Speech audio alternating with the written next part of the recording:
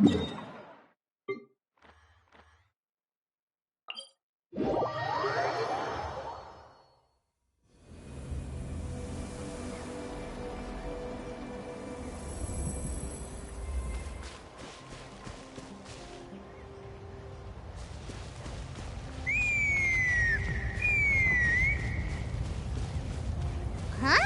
What's that sound? Seems like it's coming from that bridge.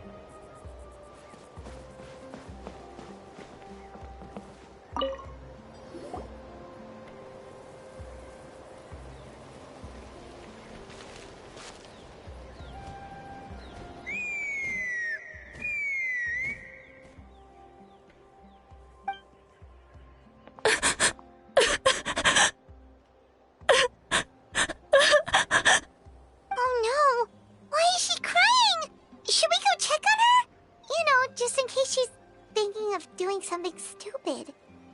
I'd leave her be. The warriors of the Flower Feather Clan are a proud bunch who never show their vulnerability in public, even if they've gone wingless. Oh, Chasca? Good to see you again, Traveler and Paimon. Before we carry on, let's get a little further away before Koyer notices us.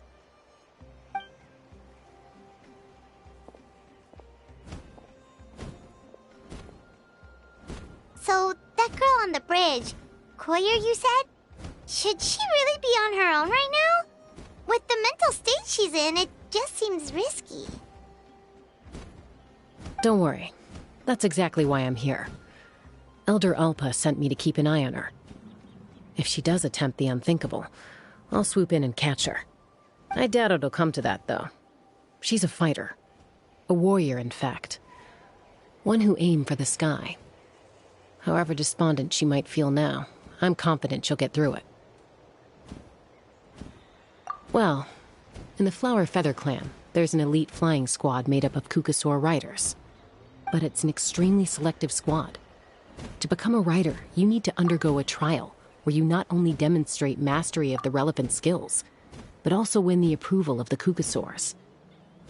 Very few candidates make it through the process.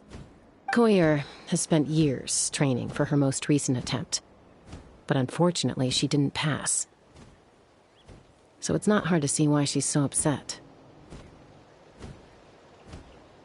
Sometimes, after multiple failed attempts to pass the flying test and win the Kukasaur's approval, people get so disheartened that they give up on their dream to soar the skies. They resolve to quit trying for good. We call those people the wingless. Do they get expelled from the tribe? What? No, of course not. They're still prized warriors. We have a saying. Just as the Kukasaur treasures every feather on its body, so the tribe treasures each one of its children. This hits even harder in the wake of the war. All of our young warriors carry the future of our tribe on their shoulders. Besides, every Kukasaur falls from its nest before it learns to fly. It's practically a rite of passage. Likewise for the wingless, we always hold out hope that one day, when they're ready, they'll rekindle their dreams and keep trying. Until then, all we can do is quietly watch over them from a distance. Just like I'm doing now. Ah, okay. Paimon hopes she'll get back on her feet soon. Well, from the sound of her whistling, her confidence has been seriously shaken. No Kukasaur is going to respond to a call that sounds like that.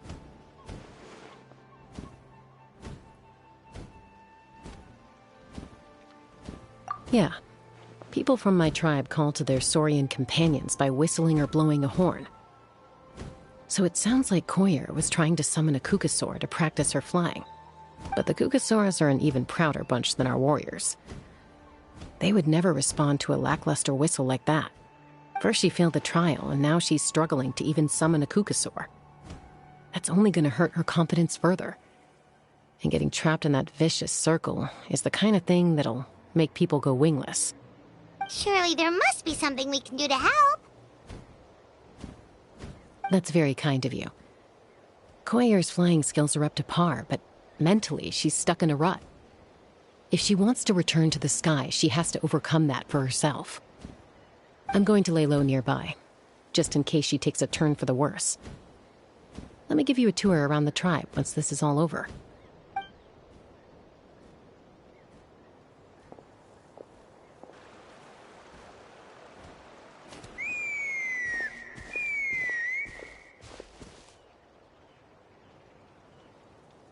Koyer still isn't giving up. Even though Chasca said that she has to do this by herself, Paimon can't help feeling like maybe we can nudge her in the right direction. What if we could get a cuckoo to fly up to her? That might give her the confidence boost she needs.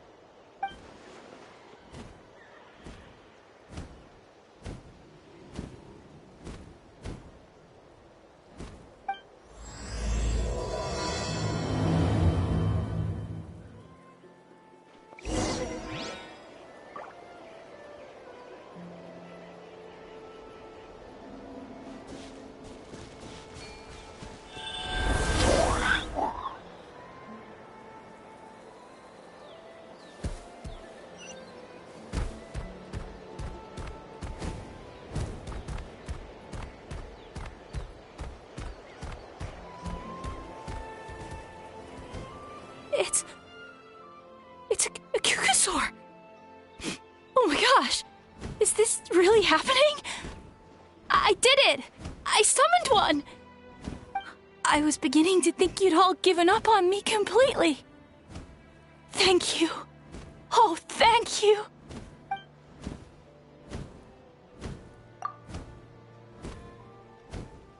Excuse me? Would you mind if we did some flying practice together? Right now? I think I know where I went wrong in the test now. I need to maintain a higher speed on my turns.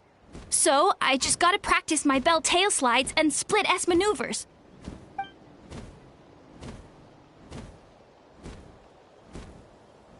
Also, I really want to try some stall turns and cobra maneuvers.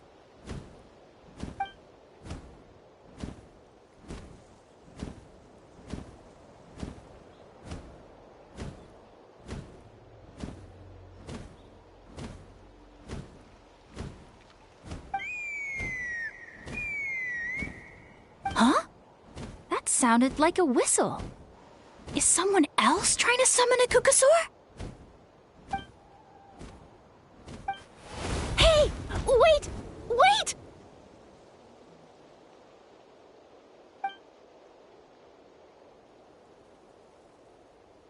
Do you think Koyer's feeling better now? Let's go back to that bridge and check.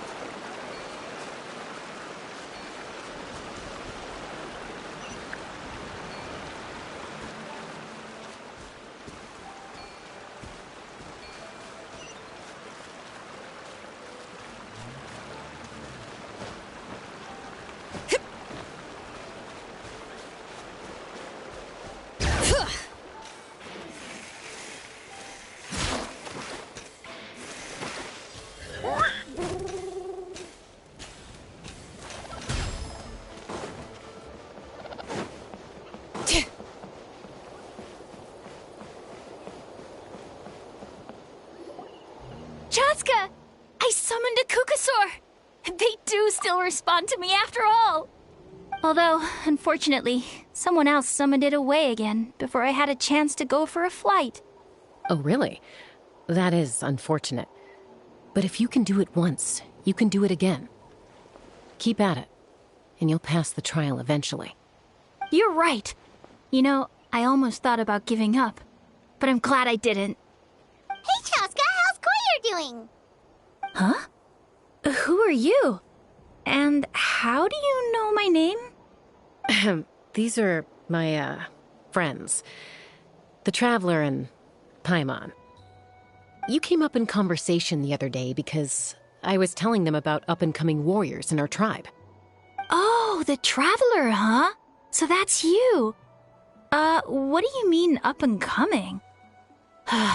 I'm closer to being wingless than I am to passing the trial. Anyway, we haven't met before, have we? You look so familiar somehow. Maybe you saw him in the stadium? Or anywhere, really. He's been all over Natlan lately, so it's not surprising that you've seen him around. If you say so.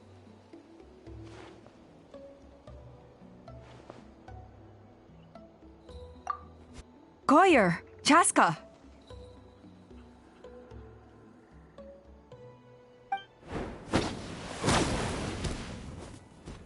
Here you are. I've been looking everywhere for you two. Oh, Elder Alpa! What's the matter? I thought I should tell you myself. We're going to redo the flying trials. Redo them? How come?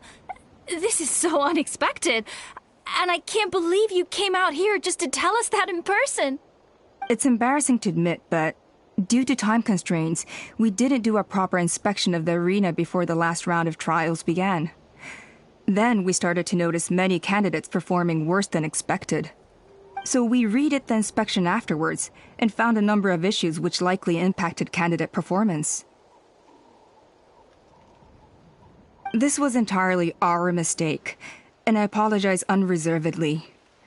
I know it doesn't make up for it, but I thought bringing you this message in person was the least I could do. Oh, okay. Chasca, these people you're with, are they the Traveler and Paimon? Huh? You've heard of us? I have indeed. Gathering intel is an essential part of being a warrior. Plus, you've already made quite a name for yourself in Natlan. Actually, I've been meaning to invite you to enjoy our tribe's hospitality for some time. Hospitality? Oh, that includes food, right? Of course it does. If you let us host you, you'll be treated quite lavishly. Mighty warriors are highly revered in our tribe. Besides, we still owe you for your help during the war. Without you, we would have suffered far worse at the hands of the Abyss. So I like the chance to show you our gratitude on behalf of the whole tribe.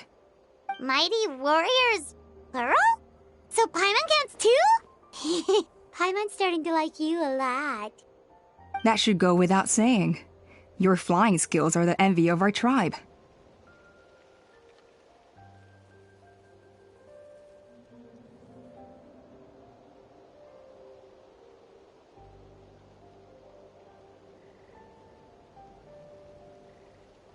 The Flower Feather clan seems like a really nice bunch of people. We definitely need to take her up on this offer.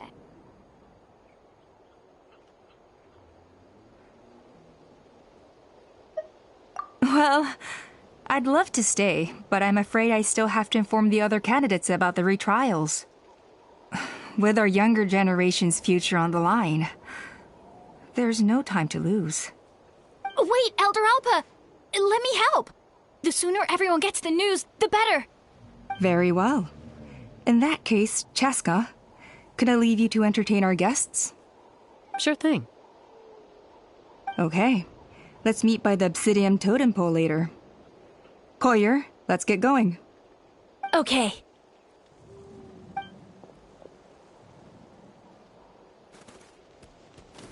All right, they're out of earshot.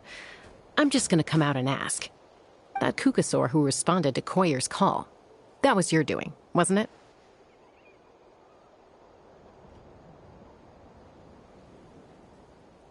I grew up with these creatures. I could tell something was off the second I saw it. His whole demeanor seemed less like a Kukasaur and more like, well, you. So I figure you must have been pulling the strings somehow.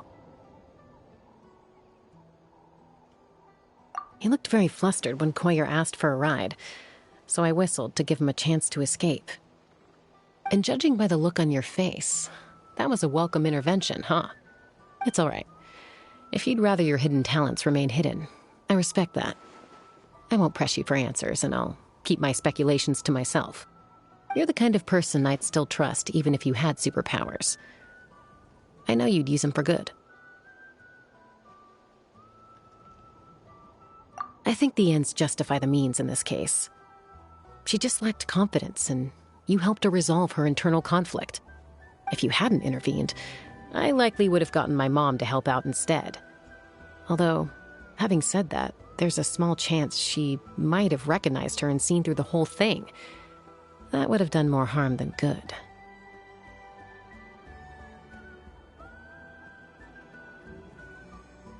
Yeah, Anyway, if you're free now, how about I give you that tour I promised?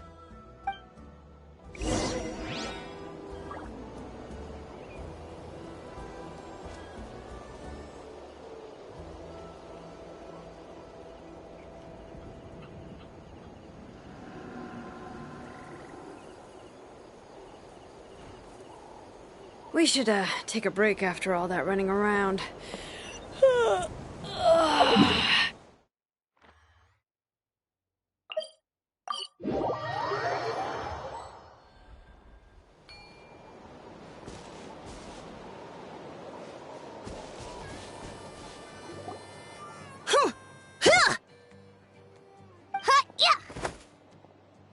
Ready? I'm gonna get you! Uh-oh. Are they fighting? Should we try and break them up? They're fine. Just doing their daily combat training. Combat training? A little young for that, aren't they? Not to us. We're a tribe of warriors. In ancient times, we were the most elite troops in the nation, responsible for patrolling and defending all of Natlan. And even though times have changed, we've kept our martial spirit alive. Hey, is that Chasca? Chasca! You're back! Oh, can you come train with us? Now's not a good time, I'm afraid. I'm showing the Traveler and Paimon around. Maybe next time. The Traveler and Paimon? Wait, you mean that legendary warrior and legendary flying expert? Legendary? Yep, that's us, all right. Awesome. It's so cool that you can fly without having to ride a cuckoosaur. Even Chasca could only do that for short distances. Mr. Traveler, can you teach me some cool sword tricks? Oh, Mr. Traveler! My family shop makes the best volcano cake. You gotta try it! Let's behave ourselves, everyone. These people are here as our guests. They're going to meet Elder Alpa in a few minutes anyway. Kotini, instead of being jealous of other people's talents, why not work on developing your own? Kapak, there's no point in trying any cool sword tricks until you've mastered the basics. Have you done all your sword drills today? And Yatlan, easy does it, okay? Not every conversation has to turn into you plugging the family business. Okay.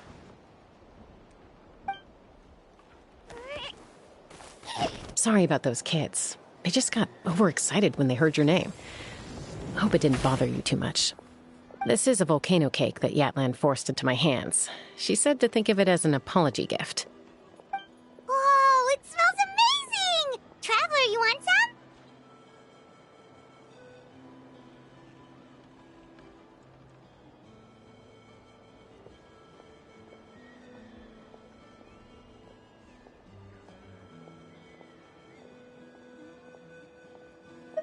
That's good.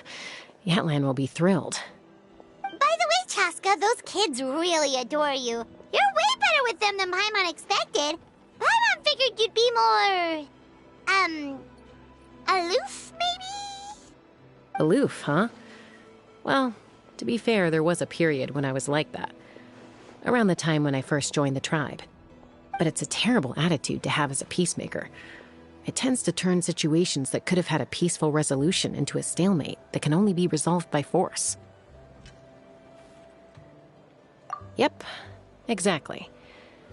As long as other options are available, I try to avoid that at all costs.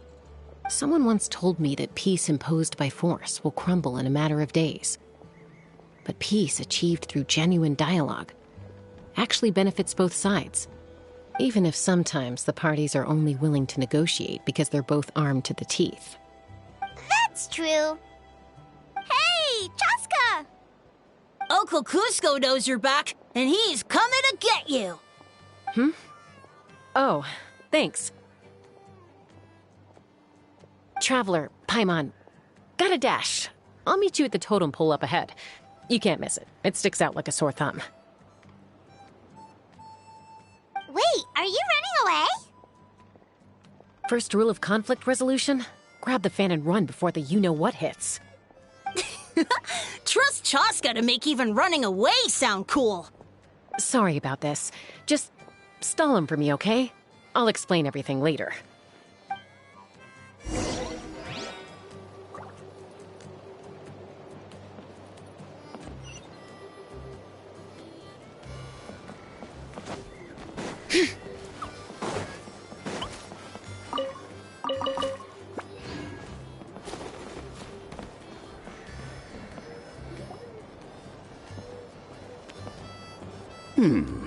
A golden-haired outlander and a white flying object. You must be the traveler in Paimon. I heard Chasca was with you, but I suppose she's run away again, has she? Sorry, who are you? Who am I? Only her father. She's supposed to go for a checkup every 3 months to see how her abyss condition is doing. We both agreed on it. But she's already missed 3 checkups this year. That's 3 out of 4. Yes. She got exposed to abyssal energy as a young child. Then her birth parents abandoned her. It's lucky those wild cuckoosaurs found her when they did, or she wouldn't have made it. They took her under their wing and raised her as one of their own. Eventually, some riders out on patrol spotted her and brought her back to the tribe. But she was practically feral at that point. The moment you took your eyes off her, she'd be getting herself into a fight, or she'd run away to be with the Saurians. She seemed to prefer them to her own kind. She might as well have been a Saurian in human form. That must be the aloof period she mentioned, right? We later discovered that her exposure to the abyss had planted seeds of conflict in her heart. So, we started trying to bring it under control. But ultimately, she's the only one who can control it. Anyway, she's much more human these days. Yeah, don't worry about her. She seems pretty stable to Paimon. She's probably only avoiding the checkups because she thinks it'll stop you guys from worrying about her. Yes, I'm well aware of that. She knows she needs to be careful. If her condition ever took a turn for the worse, she wouldn't be brushing it aside like this. It's just, every checkup she's been to, they find new cuts and bruises. Nothing to do with the abyss, of course. Oh no, that's all fine. The problem with her is, she's her own worst enemy. She's been living dangerously again. I'm sure of it. That's why she's avoiding the checkups. She wants to hide it from us. Yeah, Paimon can see her doing that. Oh. In the past, she always had Koichi to keep an eye on her. Now Koichi's gone, and I don't want to lose another daughter. Chasca's been increasingly reckless since Koichi passed. It's like she's trying to make up for it somehow. Next time you see her, please tell her to be careful for me. Even if she doesn't want to hear it. If she doesn't want to do these checkups anymore, that's fine. I just want her to stop putting herself in harm's way.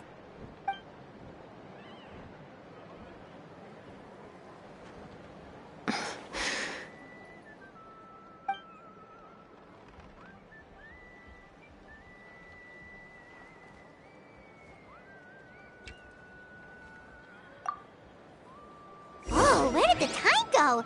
We should be back up with Chasca before it gets any later. To get to the totem pole, we need to head north, right?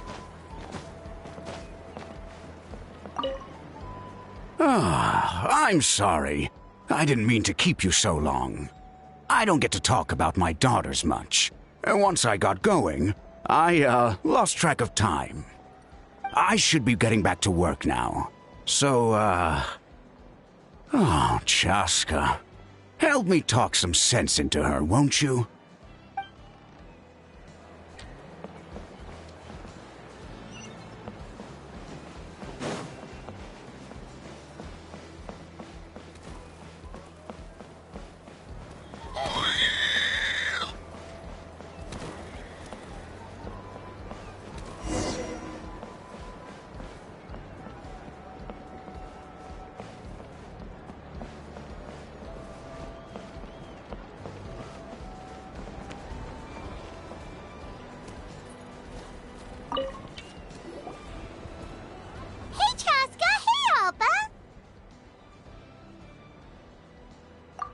It's all right. I bet my dad talked your heads off, huh? What did he say?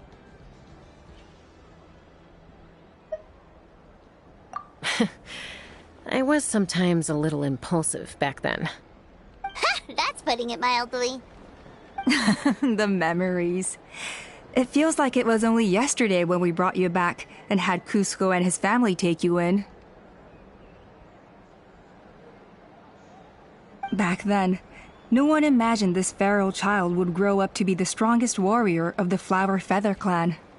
Huh? You were the one that brought Chasca back to the tribe? That's right. Elder Alpa was already a veteran rider by then. She spotted me while patrolling from the skies and tracked down my Kukasaur mom. Mom agreed it was time I tried to re-enter human society. But I didn't know the first thing about being civilized. I clashed with everyone who had to deal with me. And look at you now, renowned throughout the land as a peacemaker. How time flies. When the day comes that I can't fly anymore, it will be up to you to look after our tribe and our flying squad. You know me, though. I'm not a natural commander. I'm better off as a lone wolf on the front line. So stick it out at least a few more years, okay? Give Koyer and the others time to come into their own. Oh, stop. Wait, so isn't the leader just the strongest warrior in the tribe? At least Paimon figured that's how your tribe would work. Strength is certainly a core tenet in the Flower Feather clan. But strength means far more than martial prowess alone. If it all came down to individual strength, I'd struggle to call myself a warrior, let alone a member of the flying squad. Any fighter in the tribe could take me down. Well, sorry to disappoint you. It was something I aspired to at one point. So much so that I went adventuring in the Cinder City, Ashkanatlan, to try and prove myself. But it was foolish of me. I wasn't ready. I came back empty-handed and seriously injured. The fact that I survived was something, I suppose. But after that, I never seriously considered myself a strong fighter. And yet, you still managed to become the leader of the flying squad, thanks to your experience and determination. All while battling those old injuries. Don't you think that's a display of strength in its own right? Let's shelve this discussion for now. Traveler, Paimon, there are some simple refreshments on the table. Please help yourselves. Yes! Paimon was waiting for that part!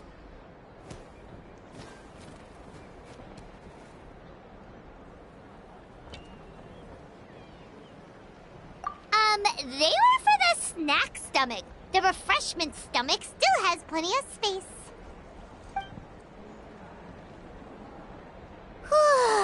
Paimon is so full.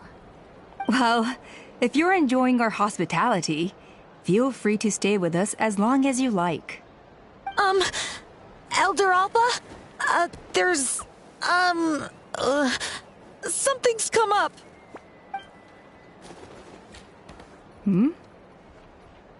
What happened? Is it serious?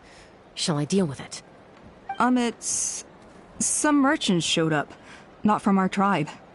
They said they're here to discuss some potential collaboration with us. Why now? This is terrible timing. There are a few wingless that we haven't managed to reach yet, and we still haven't inspected the retrial arena. Let me handle the other errands while you meet with the merchants. You shouldn't be trying to do everything at your age. You should help too. Seems only fair after all that food we ate.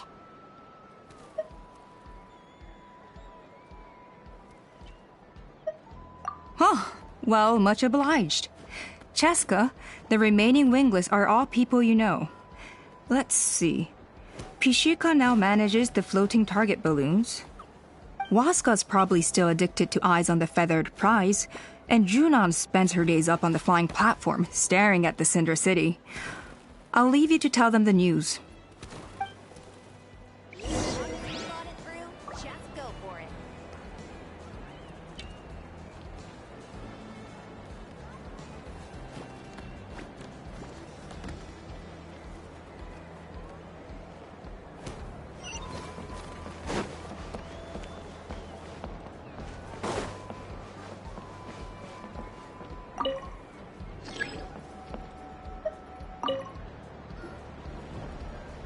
Are you sure you don't want to reconsider, Pashika? I appreciate it, boss. But honestly, I'm pretty happy with my life nowadays. Pashika, they're redoing the flying trials. Huh? Mutoda? Ah, did Alpa send you? I was just telling Pashika the news, actually. The way things are with the tribe these days? I mean, you don't need me to tell you. This here is no future for a seasoned warrior like you. Ah, come on, boss. Do you have any idea how long it's been? I've been wingless for years now. I'm not cut out for that anymore. Of course, I'll do my part if we ever need to defend the tribe. But there's really no point in me trying out for the flying squad now. I've already made my peace with it. Not everyone has what it takes to return to the sky after going wingless. Elder Alpa's perseverance is something else.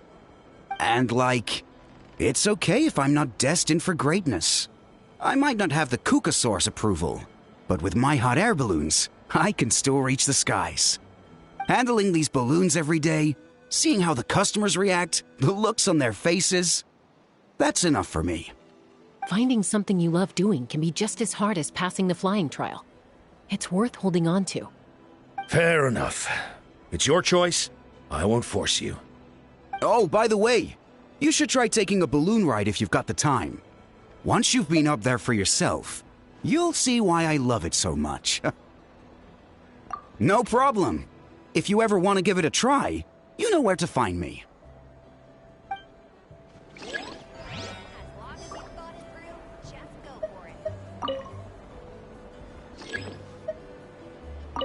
I didn't realize Chasca was out delivering the news. Looks like Alpa's finally learning how to delegate.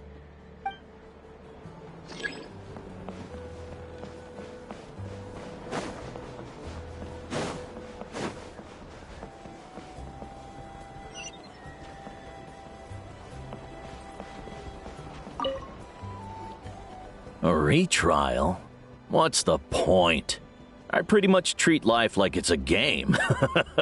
No Kukasaur is ever going to approve of that, no matter how many times I try.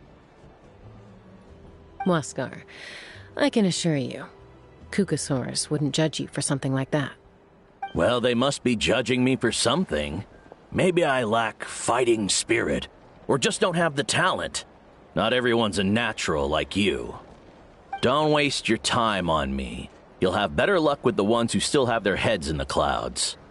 In the meantime, I think I'm going to treat myself to a few more games of Eyes on the Feathered Prize. Yeesh, there's wingless, then there's being a total lost cause. You used to be a fierce warrior, actually. But fighting spirit alone won't win you the Kukasaur's approval.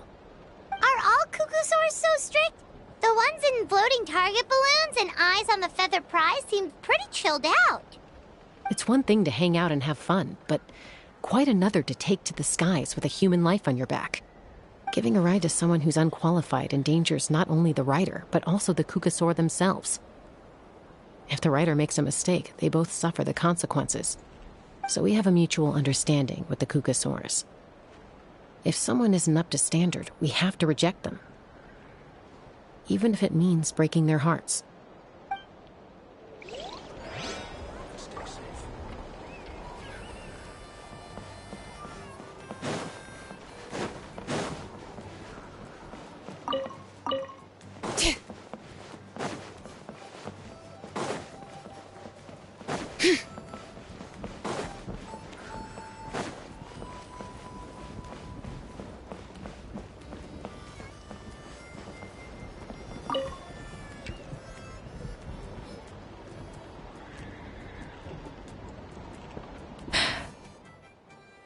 Hey, Junan.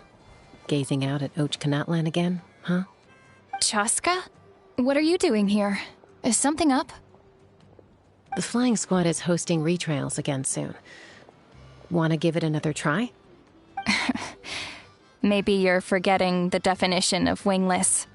I've failed so many times already that I've decided to call it quits for good. I'm done. Elder Alpa always goes out of her way to come and tell me when a new trial is coming up, and it's nice of her to think of me.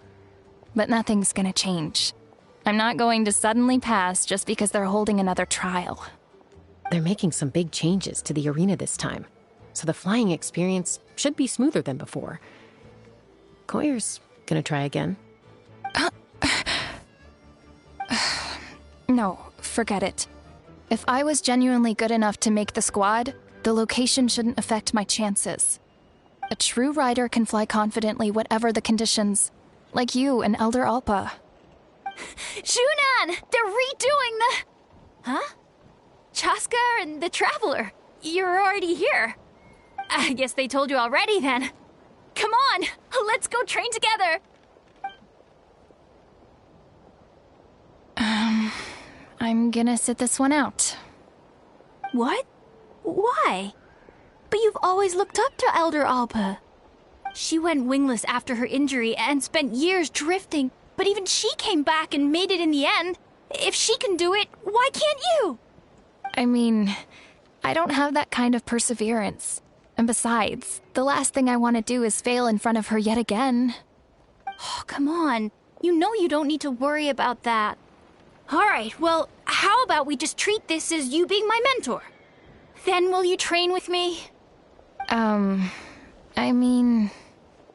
Enough umming and ahhing. Let's just get up in the air and figure it out as we go.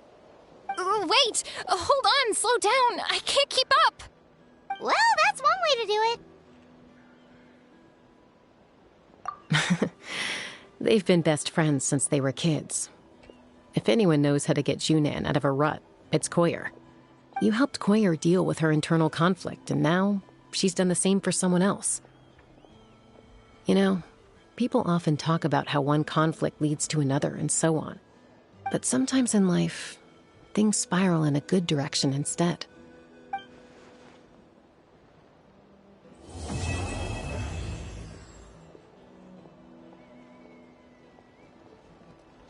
We've notified all the wingless on the list now, right?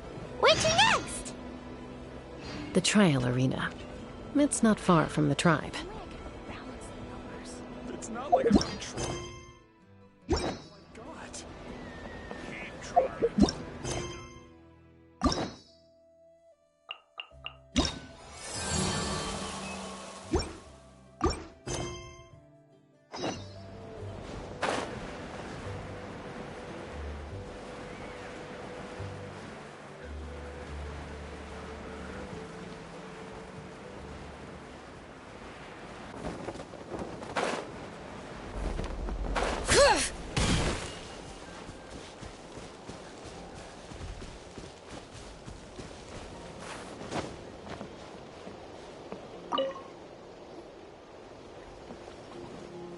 Oh, hey there, Chasca.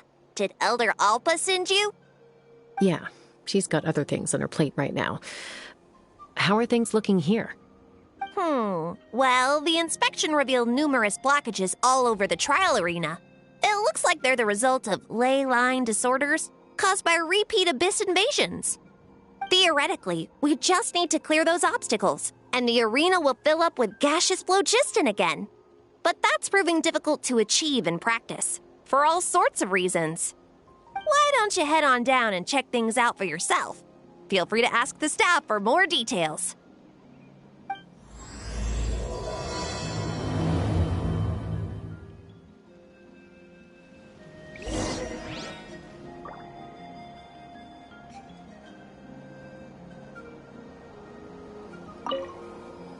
Why don't you head on down and check things out for yourself?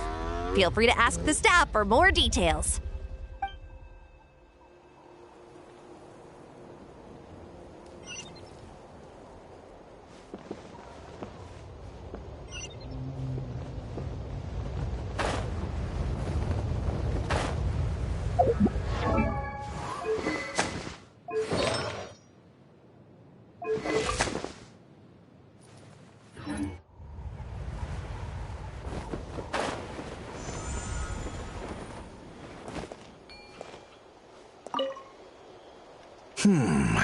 I think it should be possible to clear this spot with just a few hard hits. But there are signs of strange life in here. Meddling with it might be dangerous.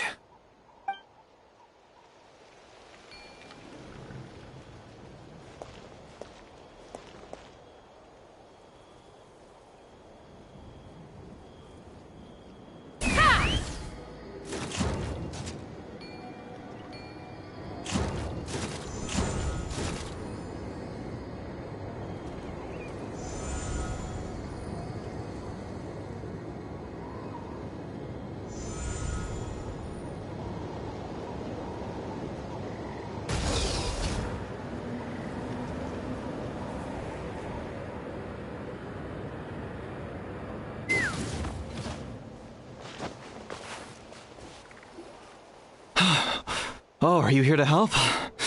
Thank goodness. There's no way I could do all this by myself. So the blockage here has to be cleared using a special bomb, but carrying explosives up that steep slope would be a recipe for disaster. If I dropped it or slipped and fell, I'd be blown to bits in an instant. So, my plan was to transport the bomb to the other side, then send it over in a hot air balloon. All I need now is for someone else to strike the balloon at the right moment, dropping the payload right on top of the spout, and problem solved. What do you think? Simple enough, right?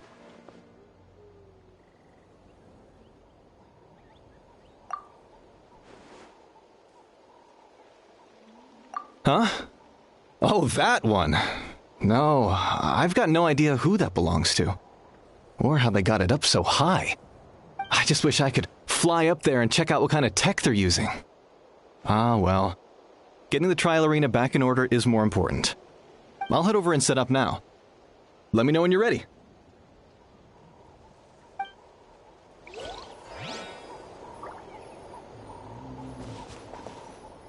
All right! Get ready!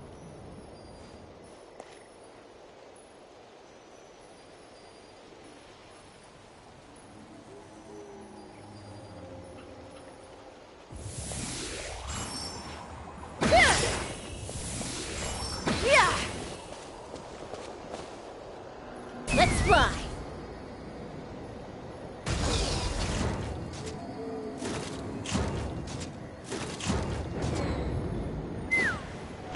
All right! Get ready! Yeah! Yeah!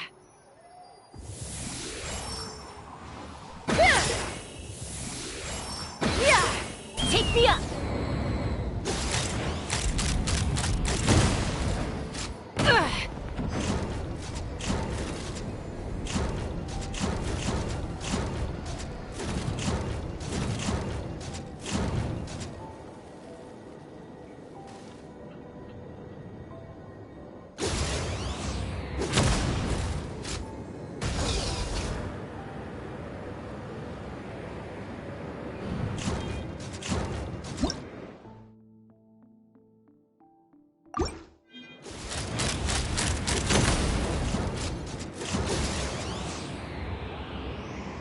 Open fire!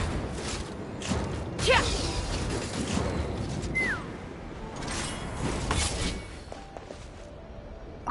Ah, so that's how you do it.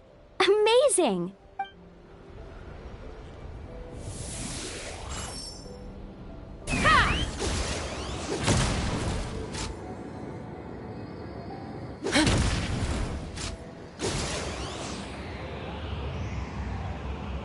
Locked on!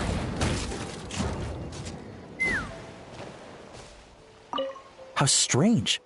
Why is there so much solid flow just in here? Well, could be from the Children of Echoes.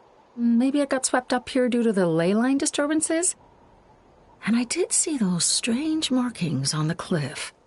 I can't think of a way to resolve this. Short of going all the way to the Children of Echoes to borrow it to Petlisaur.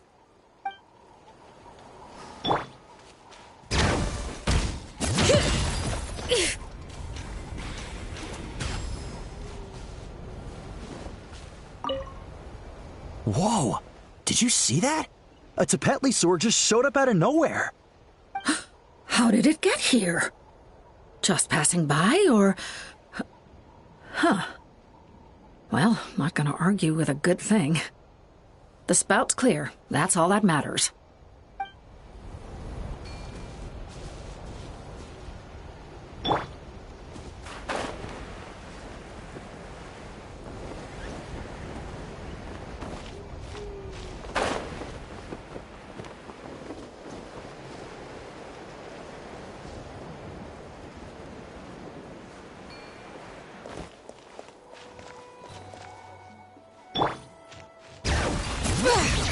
Hey! Monsters!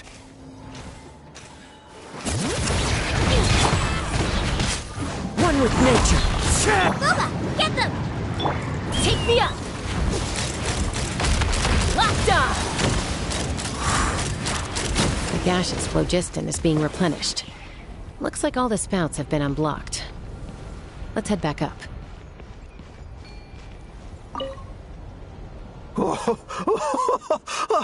thought I was done for. Oh, this spout should be good now. Thank you very much.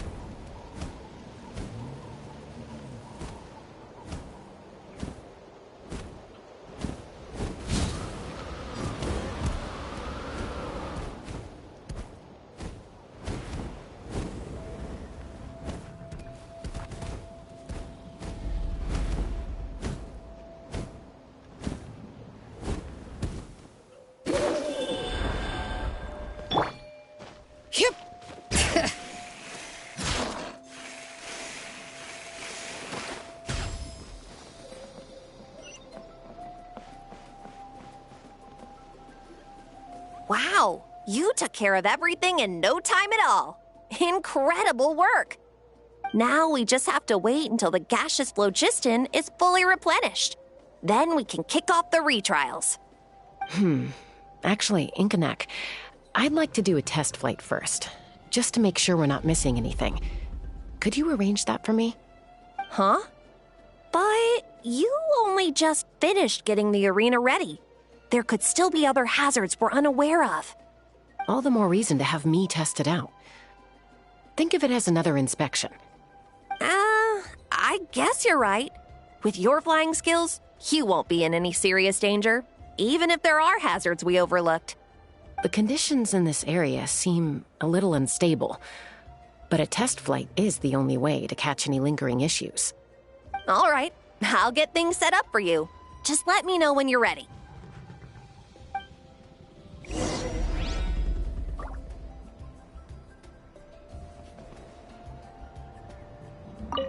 Are you ready? This should be a piece of cake for Chasca, but still, try to be careful. All right, then spread your wings and fly.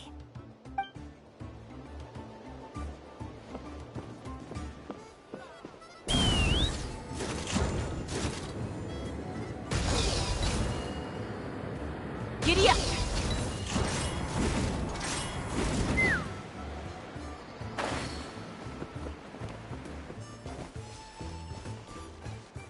Let's fly!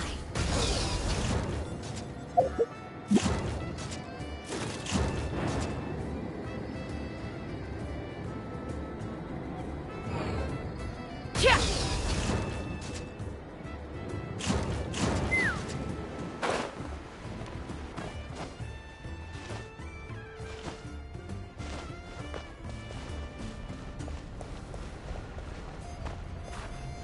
Take me up!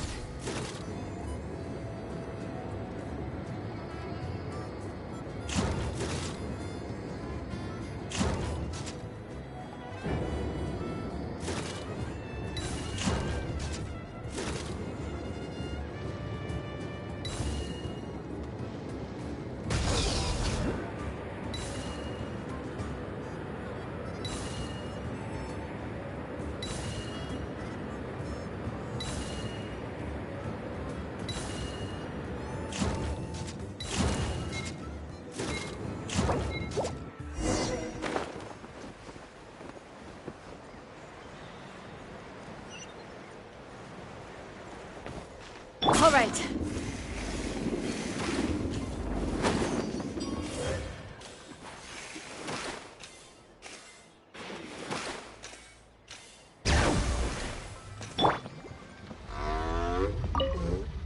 Are you ready? This should be a piece of cake for Chasca, but still, try to be careful. All right, then spread your wings and fly.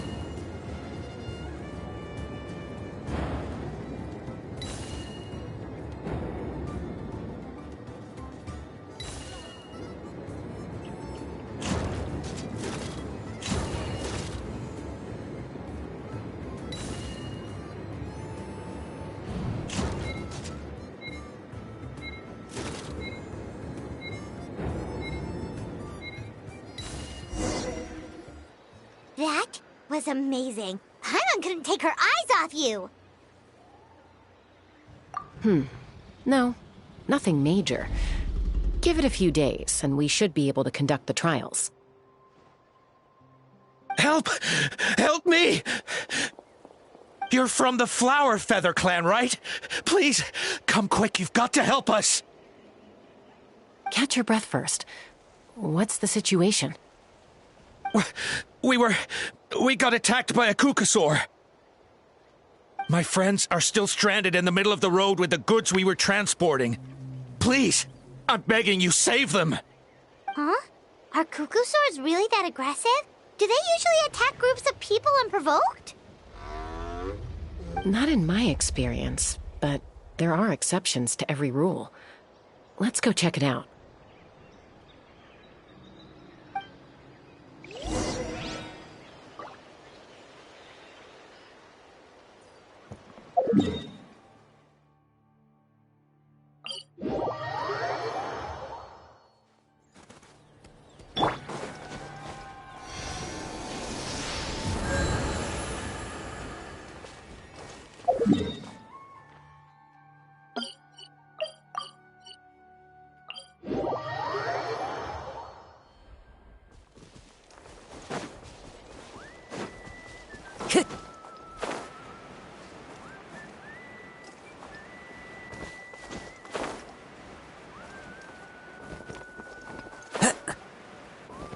Ouch!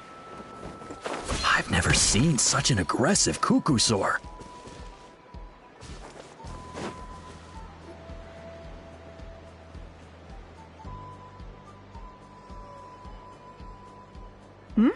Chasca? Traveler?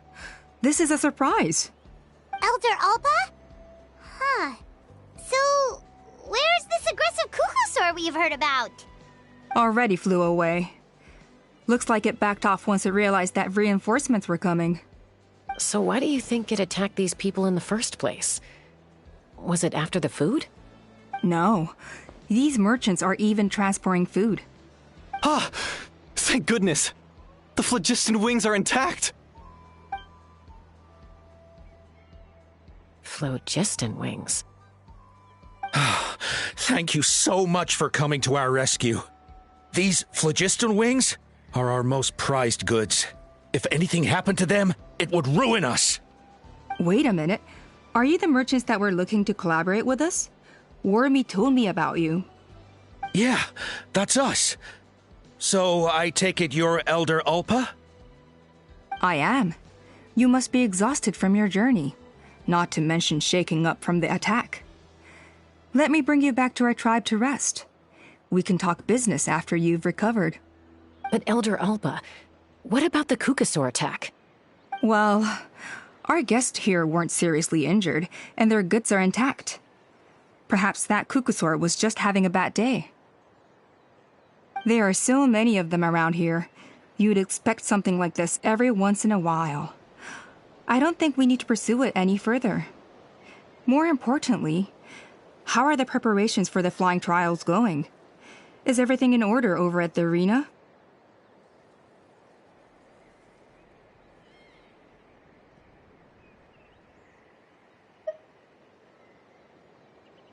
Huh? Did you say flying trials? What a coincidence! Sounds like a perfect use case for our phlogiston wings. You'll be pleasantly surprised by what they can do. Oh, really? Now I'm intrigued. Well then, let's forget all about this Kukusaur attack for now. We have some serious business to discuss.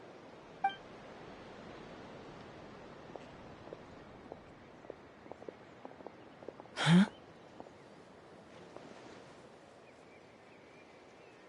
So that's it? That all went smoother than expected. Well, guess we'd better get going. Huh? Chasca?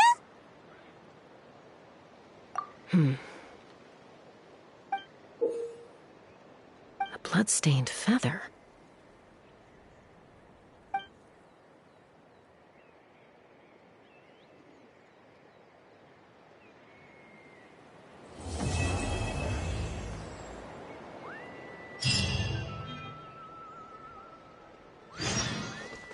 The Flower Feather Clan should be about ready to hold the new flying trials by now. Let's go check it out!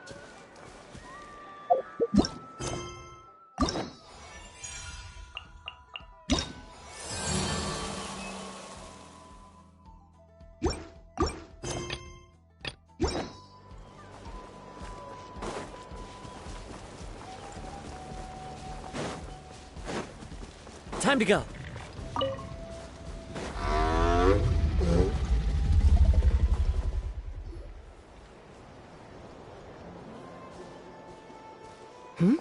Ah, Traveler and Paimon. You came. Yep, and it looks like we made it just in time! Although, can't say the same for the Cuckoosaurs. Bit of a low turnout, huh? Yeah, you'll see why soon enough. All right, get ready. 3, 2, 1, fly! Whoa! We're really flying! I feel light as a feather. I'm flying without a Cuckoosaur. These phlogiston wings are awesome! What's going on? Paimon can barely believe her eyes. How did they fly all on their own? The merchants we ran into that day were selling a product called phlogiston wings.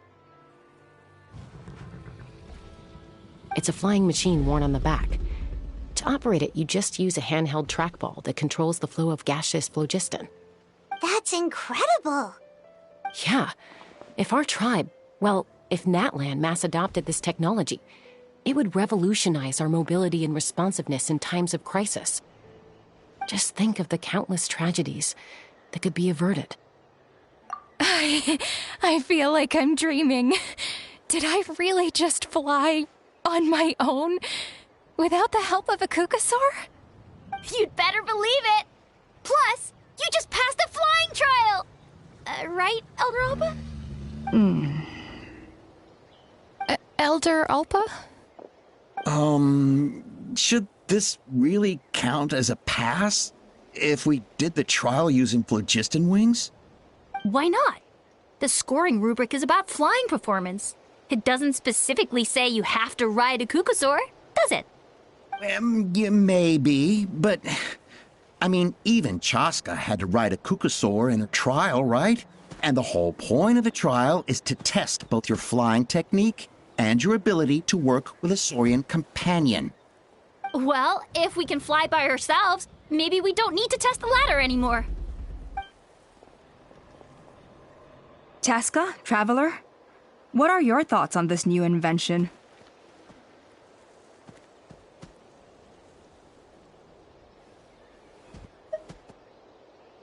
Right? That's what I think, too. I agree that they have strategic value, but I don't think it makes any sense to evaluate candidates by the current testing standards if they're using phlogiston wings. Why? Shunan finally mustered the courage to go through with this, and now you're saying it doesn't count? I don't have any experience using these wings in battle, nor is it immediately obvious how to incorporate them into the existing systems in our tribe. Taking a longer-term perspective, I think we need to start by getting thoroughly acquainted with how these things work. Then we can develop a new trial format with new assessment criteria, tailored to candidates using the phlogiston wings. You all raise valid points. But Chasca, while your proposal sounds perfectly reasonable, it would probably take years to put it into practice. We lost so many people in that war. These phlogiston wings could be exactly what we need to strengthen our forces and boost morale in this trying time. And as for real-world battle experience, there will be plenty of opportunities to gain that. I have high hopes for you, Junon. Huh? Hey, stop staring into space! Say thank you! Oh, thank you. Thank you, Elder Alpa. You have nothing to thank me for. Remember, the way you got your wings back was by relying on yourself. Oh, Elder Alpa! Bad news! Cucosaurs are attacking the merchants again! Again? Okay, everyone, stay put while I... Huh? Chasca?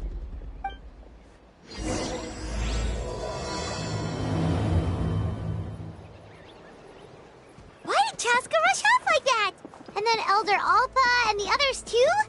Anyway, let's go see what this is all about.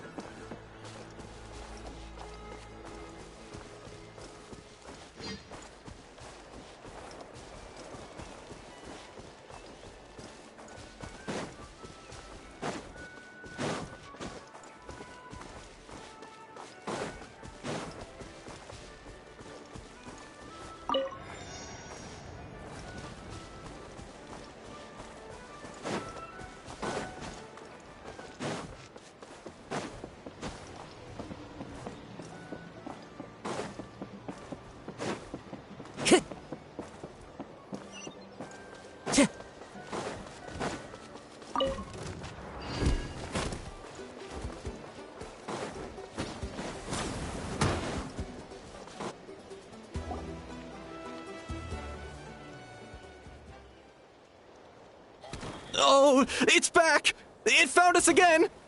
Run! Get out of here!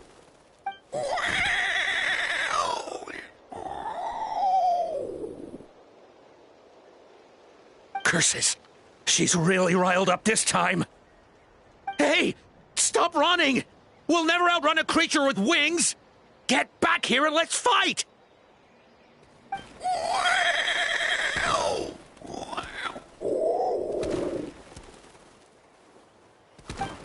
Stop! All of you! Chasca! Oh, wonderful! Quick, get rid of that thing!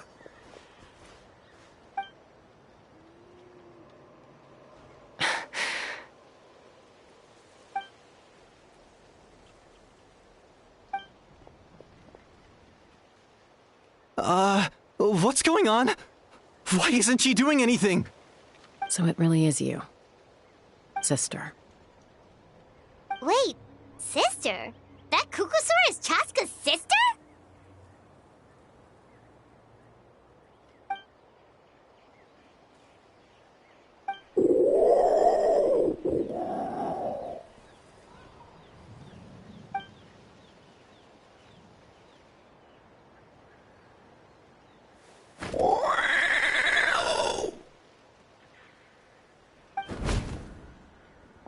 Koya, wait! Is Chasca gonna be okay? Should we go check on her? Is everyone all right? We're okay. No serious injuries. Thank goodness you all got here just in time.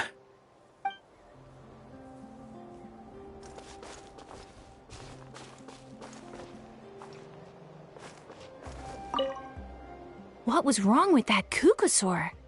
Why was it so aggressive? If we just let it escape back into the wild, who's to say it won't attack again?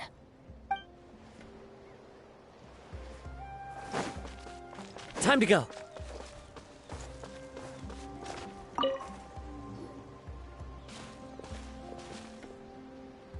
Chasca, are you okay?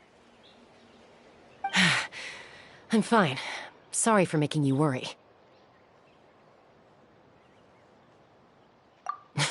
No point. She's an expert at hiding her tracks. Once she's shaken you off, you'll never catch up to her. At least, I always used to lose to her at hide-and-seek when we were kids. Well, yeah. You know I was raised by Cucosaurs. Anyway, she and I grew up in the nest together. Her name's Koya, and she's my big sister. We played together all the time, chasing each other through treetops or mountaintops. It felt like it would go on that way forever. Until the day I was sent back to live with the humans. Not all Kukasaurs are friendly towards people. Koya, for instance, she's fine with me because we grew up around each other, but she's not fond of other humans. When Mom decided to send me away, Koya strongly protested, and after I left, she became more and more reluctant to interact with humans.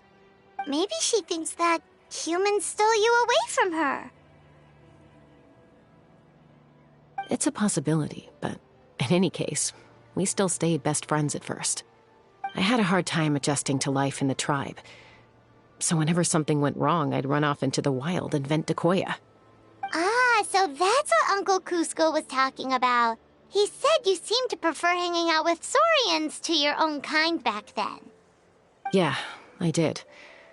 But then, gradually, everything changed. With a new mom and dad, a new tribe, and Koichi, I started getting curious about these humans and made an effort to understand their behavior. The more time I spent with them, the less I spent with Koya.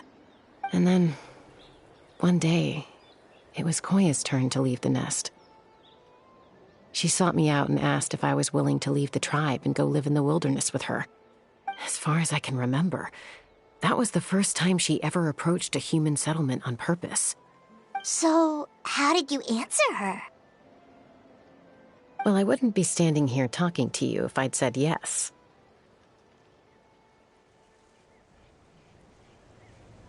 No, I was torn. On the one hand, I'd already made up my mind to embrace my new family and accept my human identity. But I also knew that Koya wasn't a fan of humans, and I didn't want to disappoint her. She took my hesitation as an answer. She saw it as a personal betrayal, threw a huge fit, and then flew off. We hadn't seen each other since, well, until today. Not for a lack of trying, though. I tried asking Mom where Koya's new nest was so I could talk things out with her. But Koya had already asked Mom not to tell me where she'd moved to. It must be hard for Mom, being stuck between her two daughters. So I didn't press the issue. And I didn't go looking for her. If things carry on like this, I need to make sure I find her before anyone else, even if she doesn't want to see me. For now, let's bring the wounded back to the tribe, and see what Mutota and Elder Alba have in mind.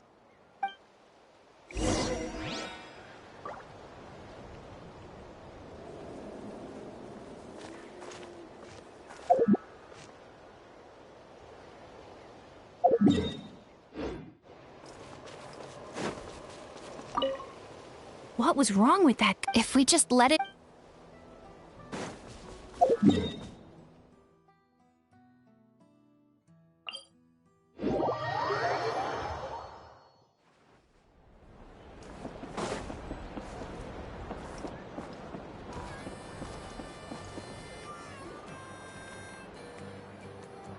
So, I hear there's been another Kukasaur attack.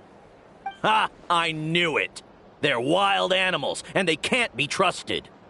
Hey, show a little respect. The Kukasaurs are our partners. Maybe in the flying squad, but they don't give a hoot about the rest of us. Well, now that we have the phlogiston wings, do we even need the Kukasaurs anymore? Are you kidding? How are we supposed to protect our tribe without them? I didn't mean it like that. Huh? Protect our tribe? Or are you just scared that your precious flying squad will lose its prestigious position? You take that back! Things are changing so quickly. Chasca, there's a conflict emerging there. Aren't you going to nip it in the bud? The whole tribe's talking about this now. Breaking up a single fight won't solve anything. The real source of conflict here is the phlogiston wings, and what happened with Koya. On any other day, people would just brush this attack aside. After all, Clashes between wild Kukasaurs and humans are no more common than those between people. But now that the phlogiston wings have entered the equation, it's sparked a debate over whether our tribe needs the Kukasaurs at all. I worry that we risk repeating the mistakes of the Cinder City. Back then, Lord Ochkon's hatred of the Saurians nearly destroyed the peace forged by the Pyro Archon. Chasca, to prevent things from deteriorating further, I'd like to task you with restoring peace to the tribe. I will. Traveler, you've already done so much for Natlan, and the Flower Feather clan has no right to ask more of you. But...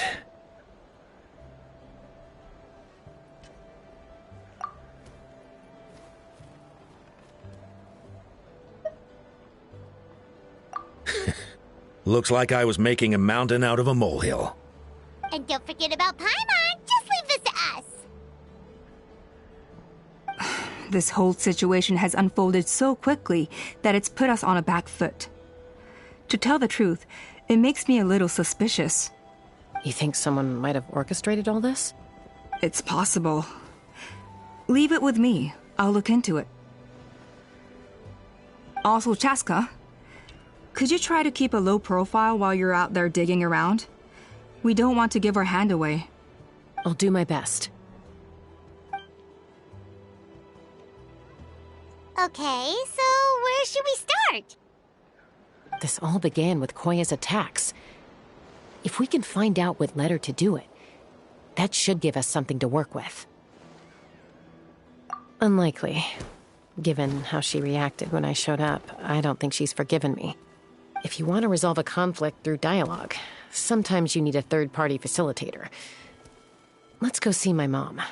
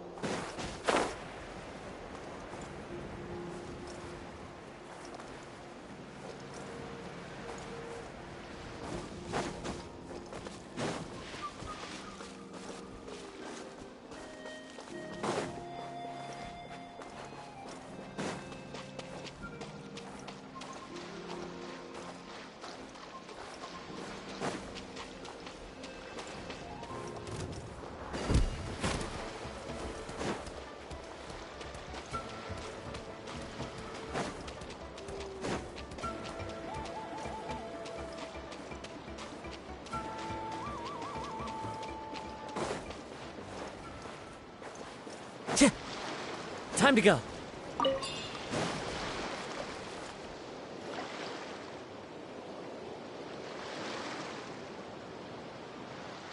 Wow, so this is where you used to live as a child?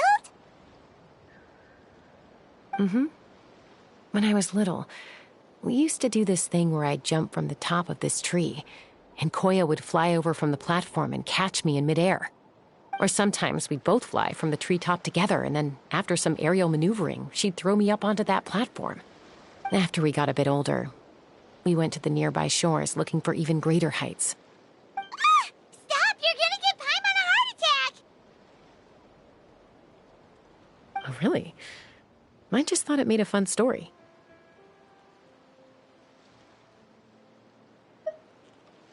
What? You too?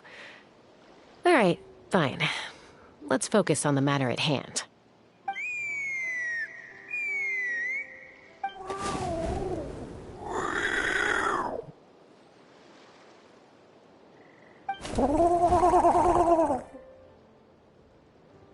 Hey, Mama Bird. I'm back. My last visit was only a week ago, wasn't it? See? I visit you more than I visit Papa Cusco. I brought a couple of friends with me. These are the Traveler and Paimon. Traveler, Paimon, this is my mom. Her name is Chimpu. In the human tongue, anyway.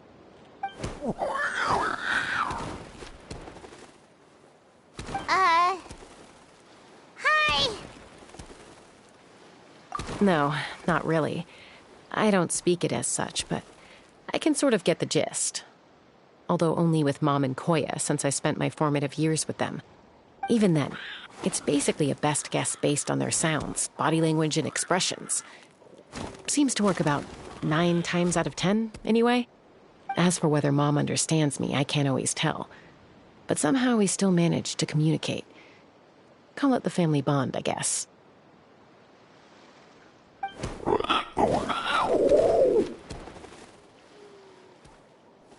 Don't worry.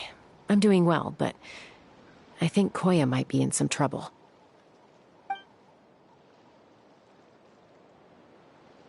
I know she's never been a fan of humans, but she's never deliberately attacked them before either.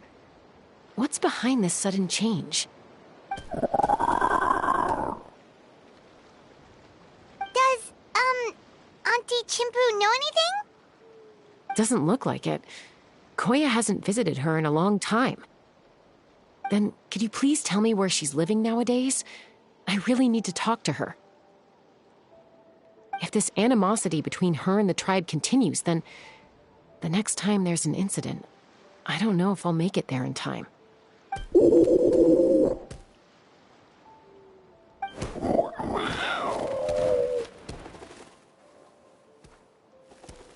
She said she'll take us there. Thank you, Mom.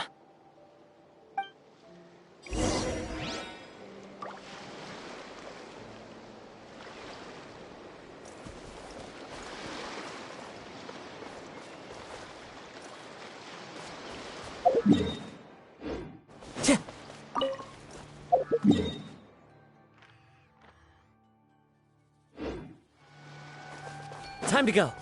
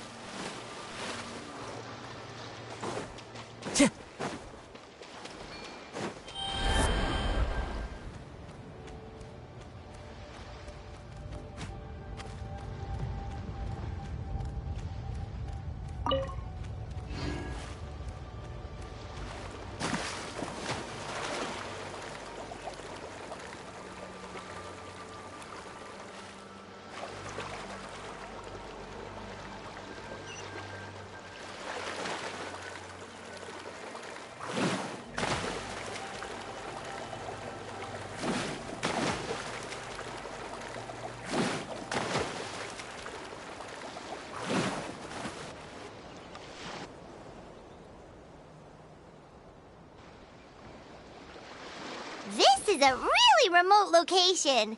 Guess she was trying to get as far away from humans as possible. We stay here? Okay. Got it. Traveler, Paimon. Mom says we should stay out of sight for now. She'll talk to Koya first. Koya is very hostile toward humans right now. So if we show up unannounced, it might just make things worse.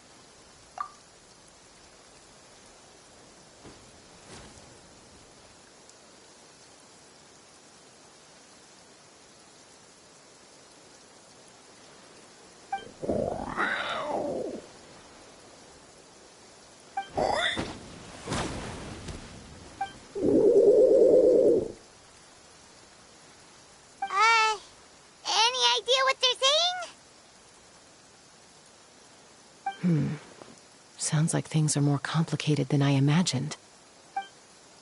There's evidence in this area suggesting that Koya might have been the victim of a human attack.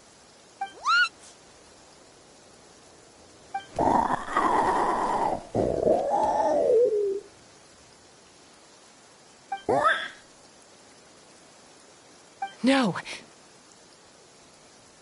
It's Chime, Koya's child. The attackers kidnapped her.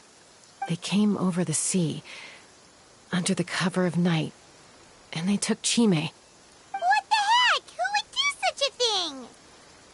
I searched day and night, and finally found them.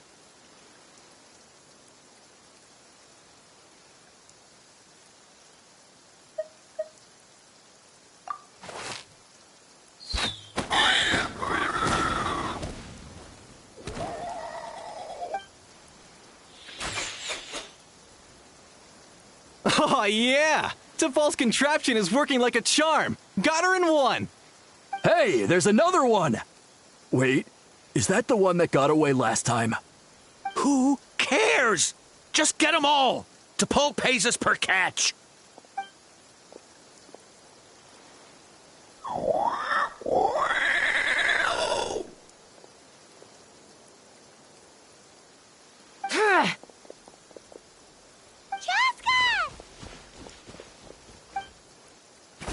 Chasca? How do you get here? Quick, stop her! Don't you even think about running away!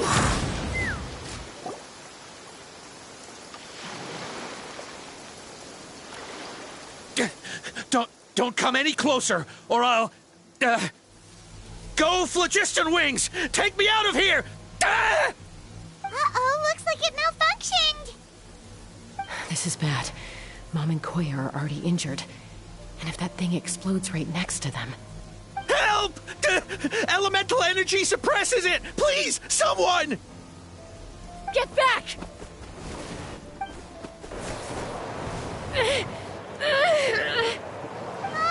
It's still going, and it's getting worse! Guess we need a more permanent solution. All right, then.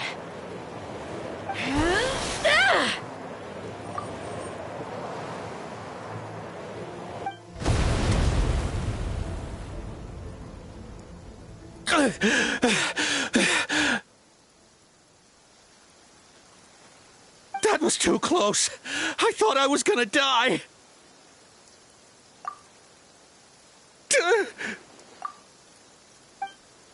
Answer us honestly. Were you the ones who attacked Koya before?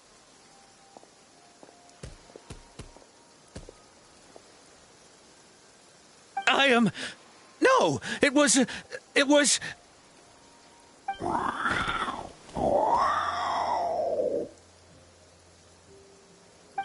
Well, she says it was you.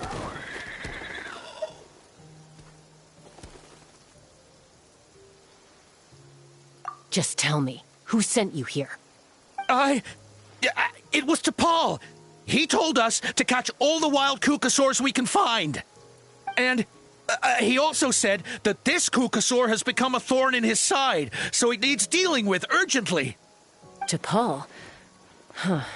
Sounds familiar. But where from? Well, he tends to send his orders in writing. He pretty much never communicates with us in person. When he does, he wears a mask to hide his face. And whenever we trade Kukasaurs for Phlogiston Wings, we deal with his henchmen. So you didn't even make those wings? All we did was slap some labels on them and transport them over here, to make them look like they're imported. To make it harder to trace their origins. I don't know. Honest! Well, that's mighty convenient, huh? What about if I held a gun to your head? Would that change your answer? No need. I'm sorry. I'll tell you everything I know. T'Pol doesn't tell us much, but he always stresses that he wants them alive. So that gives us some clues. This is just a best guess, of course, but we suspect that the gaseous phlogiston stored in the trackballs is drawn directly from the Kukasaurs. What?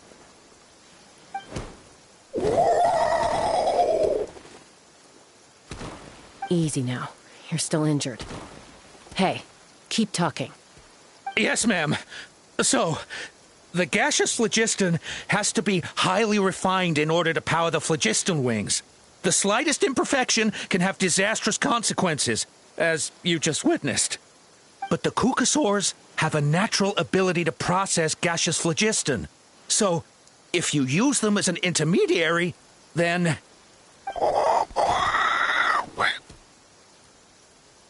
That's enough. So the Kukasaurs you took, where are they now? T'Pol should have them. But no one knows where he's based, apart from him and his henchmen. We've tried looking for it ourselves, even followed them a few times. But we always end up losing track of them. Random thought. Maybe they're hiding up in the sky? T'Pol. T'Pol. I'm sure I've heard that name. Maybe it was... Chasca, Traveler!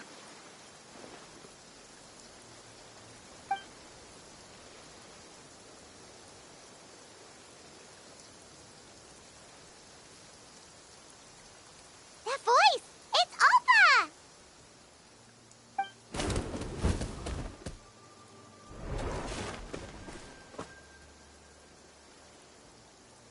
Elder Alba? What brings you all the way out here? Well, I was patrolling nearby when I heard the sound of an explosion. What's going on?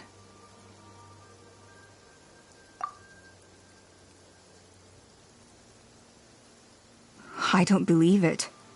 Elder Alba, does the name T'Pol ring a bell to you? I feel like I've seen it written down before. Maybe in a list of candidates for the flying trials? Huh? So he's a member of your tribe then? No. If he was a member of the Flower Feather clan, I'd definitely know him.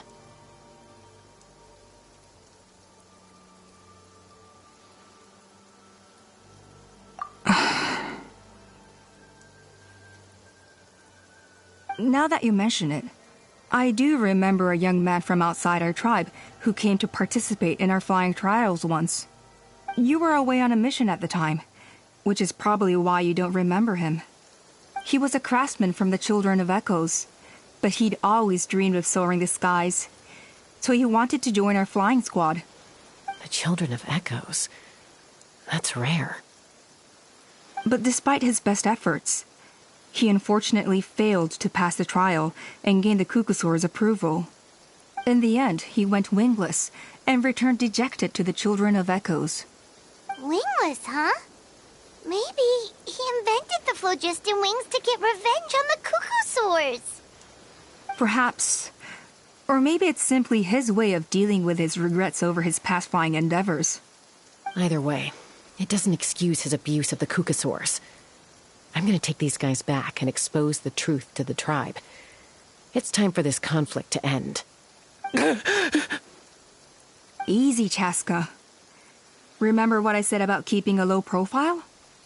The ringleader still hasn't shown himself, and this man's allegation about powering the phlogiston wings with Kukasaurs is only speculation. Bringing these men to the tribe now won't win over any current supporters of the phlogiston wings. In fact, it may even escalate the conflict further. After all, many are mistrustful of the Kukasaurs after recent events. Is that why T'Pol waited until now to try to capture my sister? I don't know. I mean, he did tell us to spread negative rumors about the Kukasaurs and slip some Mora to anyone opposed to them, but... But Koya only attacked humans because they stole her child! Nevertheless, we will be hard-pressed to change people's minds while emotions are running high. Unless we have irrefutable evidence.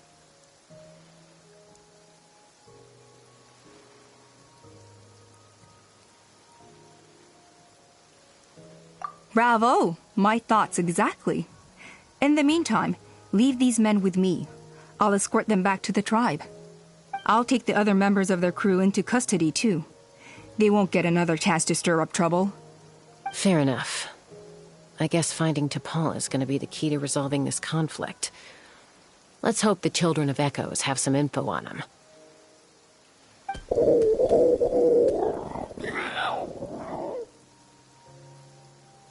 Sorry, whatever it is, it'll have to wait till this is all blown over.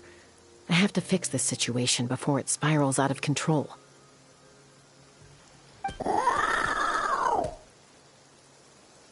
Mom, Sis, rest up and get well soon. I gotta fly.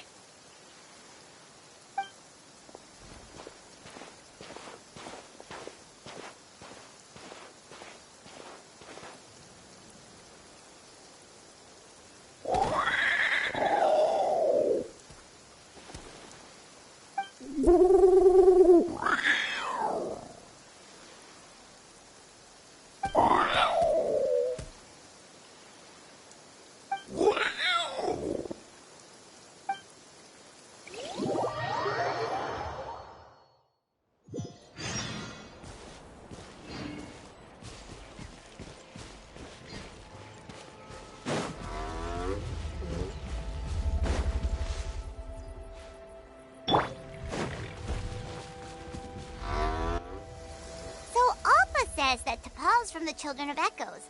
But how do we track him down? Just ask around until we find him? Let's start by talking to someone we know. It'll be faster that way. At this time and place, I'll bet the easiest person to find is... Wakey, wakey, Tlalocan! Oh, it's you. Okay, give me a second. I'll come down.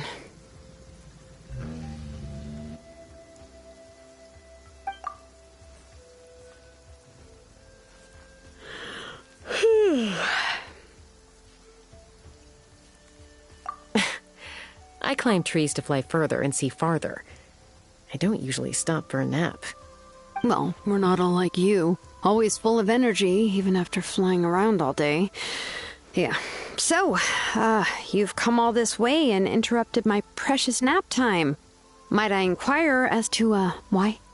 I'm sorry, Tlalocan, but it couldn't wait. Does the name T'Pol mean anything to you? He's a craftsman, apparently. Huh. T'Pol. Yeah, that rings a bell. I think that's Puma's child. Nope, I'm afraid you're a few years too late. Why are you looking for him?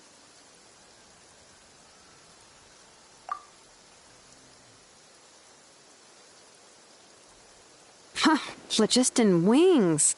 Wow, okay. The kid actually pulled it off.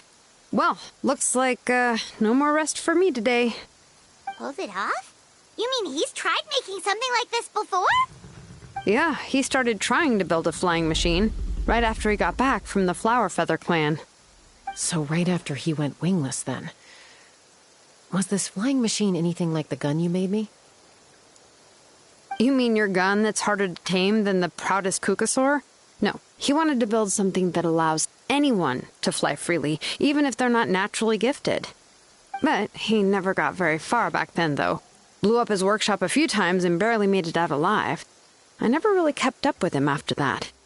His parents traveled a lot in their youth and only returned to the tribe after he was born. But they settled in a remote area and don't interact with other people much. Which means most people in the tribe don't know them very well. Your best bet is to chat to his direct family. I'll, go get Puma. Wait for me in front of the workshop. I won't be long.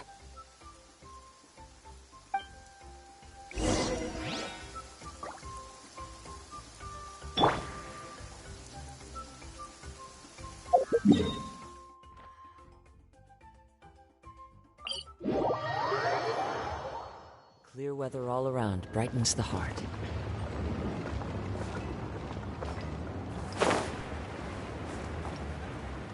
Yeah. All right.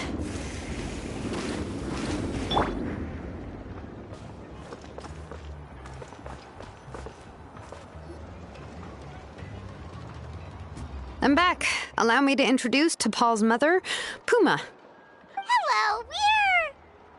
Oh, save the pleasantries. I don't want to spend any longer talking about that boy than I have to. Huh? I disowned him long ago. He is no child of mine. All he cared about was his pipe dream of reaching the sky. Oh, we tried to talk sense into him, but he was obsessed. And then when he left us, he spouted some nonsense about building a workshop in the sky to avoid the constant criticism of us ground dwellers. He left his notebook behind. Whatever questions you have, you can look for them in there. I am done talking about him. He's no son of mine. He never called me Mom anyhow.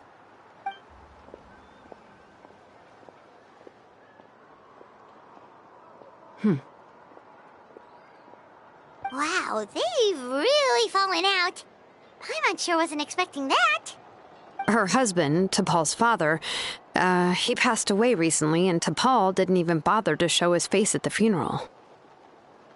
If you ask me, that was probably the final straw for Puma. I'll go keep her company. If there's anything else you need, just come and find me. Thank you. Okay, so this notebook is the only lead we've got now, right? What's in there?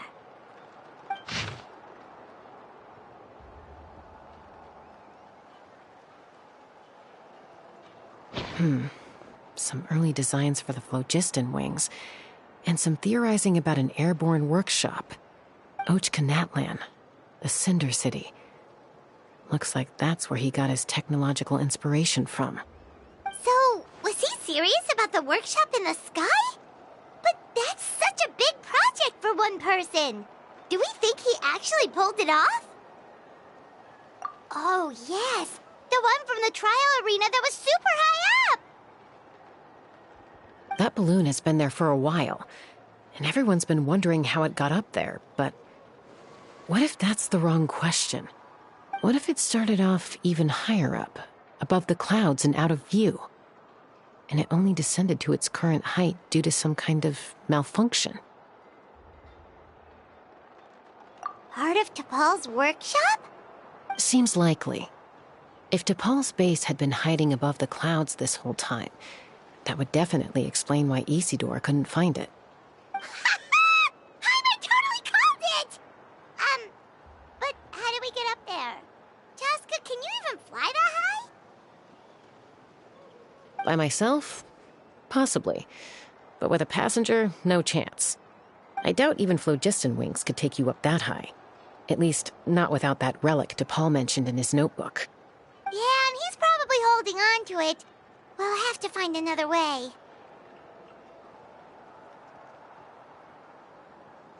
Nope. That's way beyond Paimon's altitude. Also, would you really expect Paimon to go up there and take on T'Pol all by herself? Let's not worry. Just because we can't think of a solution doesn't mean no one else can. I'm not the only flying expert in my tribe, you know. Oh, good point. We should go ask Elder Alpa. And Mutoda. He was quite the flying ace back in the day, too. Let's head back and see what they suggest.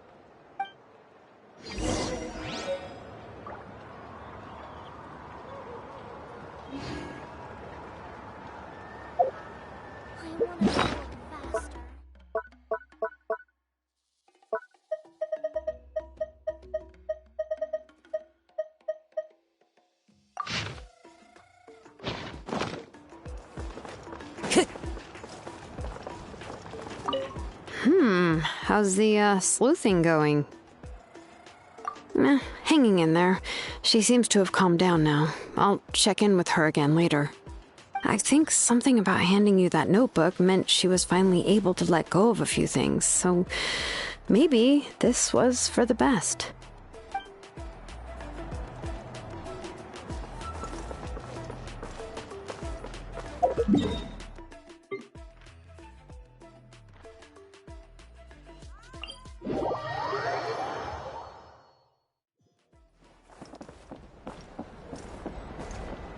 Have you gone mad? The Kukasaurs are our partners.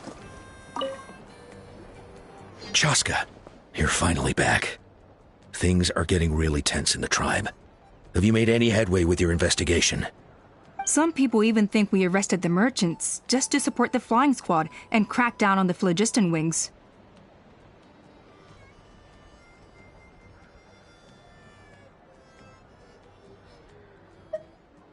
We found some promising leads, but there's a major obstacle standing between us and the irrefutable evidence we need.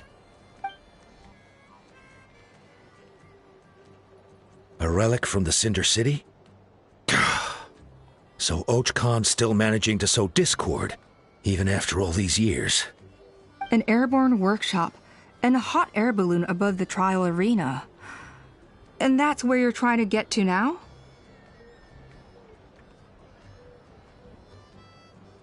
Neither phlogiston wings nor a Kukusaur can take you that high up. Do you really think that's where T'Pol is hiding? You know what? There might just be a way. Really? Do you still remember those spouts in the arena? When they were all blocked, the gaseous phlogiston was trapped and unable to flow. But now, it's flowing freely. If we were to block them up again... You mean all of them except the one at the very top of the arena? To build up the pressure there? Precisely. With all the gaseous phlogiston flowing through one spout, it would create a high-pressure wind current. And then we just ride it up into the sky! Yes, it has its risks, but with Chasca's abilities, I think she could manage it. It's an extremely risky approach, but I agree that it's feasible. If you want to give it a try, check with Inkanak at the trial grounds. She can explain how to block the spouts. Chasca, if anyone has a hope of seizing this evidence from the high heavens, it is you.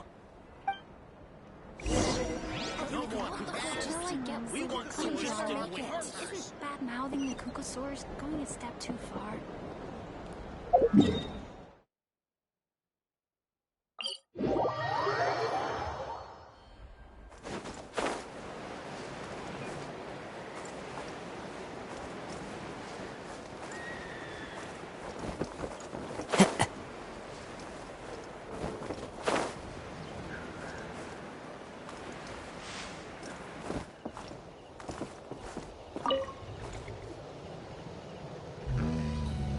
Goodness me, that is a very bold idea.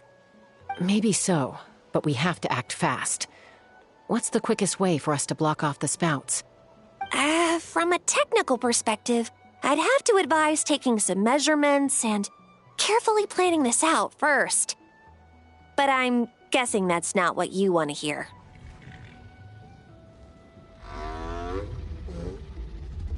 Then we'll have to take the rough and ready approach. See the solid phlogiston over there? Our prior inspections revealed that some kind of stable structure has formed inside, making it highly damage resistant. It's not without its weak points, but unless they're all struck at the same time, the structural integrity won't be threatened. So, what happens if we do strike them all at once? It'll collapse.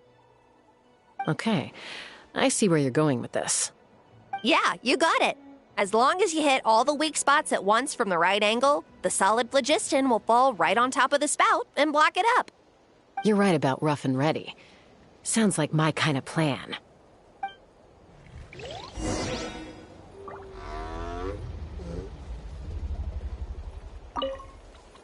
As long as you hit all the weak spots at once from the right angle, the solid phlogiston will fall right on top of the spout and block it up.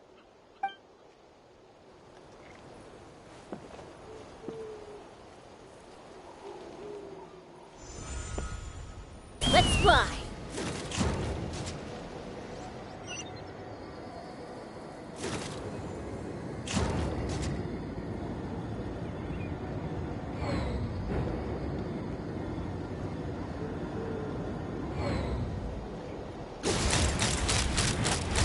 Bullseye!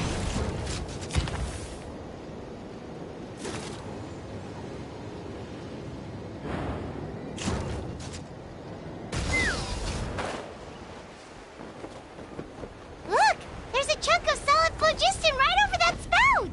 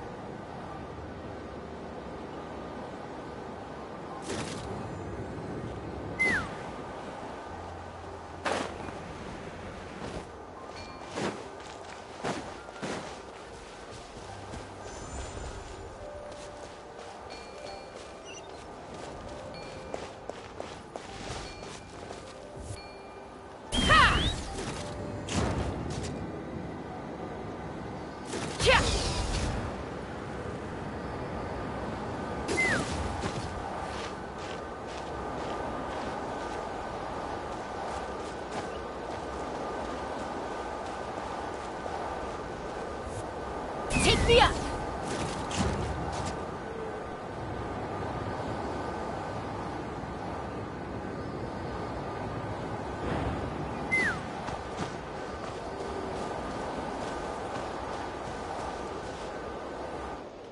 It actually worked!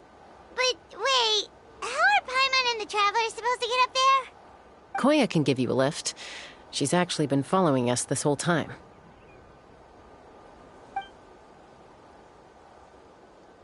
Wow, Paimon didn't notice at all.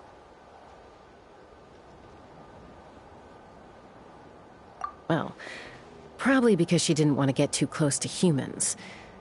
Or maybe just me. But right now, we need her power.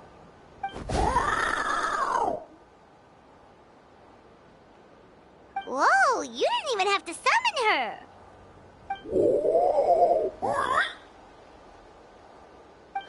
Yes, up there. That's probably where Chime is.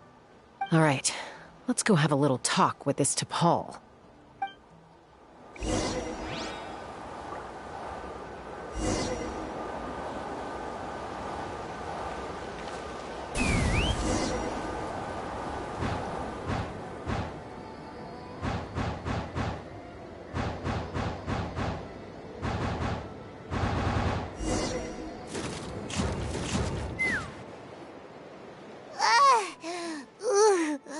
Haven't ever flown that fast before. She feels so ready to throw up. Aha. Just as I thought. It might look like a regular hot air balloon from the outside, but up close, it's clearly been heavily remodeled. And sure enough, it only descended below the cloud line because the custom-built machinery malfunctioned. I should be able to figure it out with T'Pol's notebook. Thankfully, I know a little DIY from fixing up my guns when they're having issues. That should just about do it. Now all it needs is a nice hard kick. Maybe that works on your guns, but, huh? We're really moving!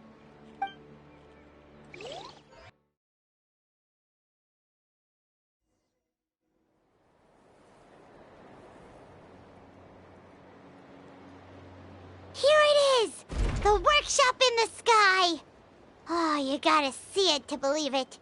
Makes you wonder why T'Pol even bothers with phlogiston wings when he has tech like this. Well, according to the notebook, the platform beneath us runs on components from the Cinder City. Those can't be mass-produced. Also, I have some doubts about its mobility after seeing how it moved just now. For someone like T'Pol who dreams of flying freely, this definitely doesn't cut it. But if he's got that relic, he should be able to make a set of prototype wings for himself, right? Why bother making a whole flying workshop so he can mass-produce them?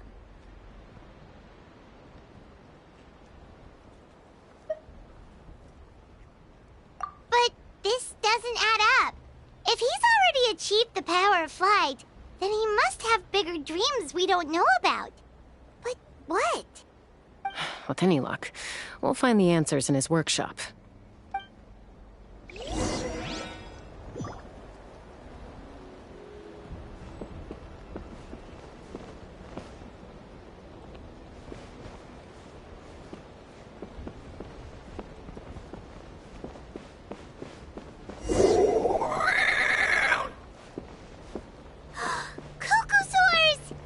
Like the merchants were right. T'Pol's using them for his own ends. I'll bet that mechanism on top of the cage opens the door. Let me give it a try.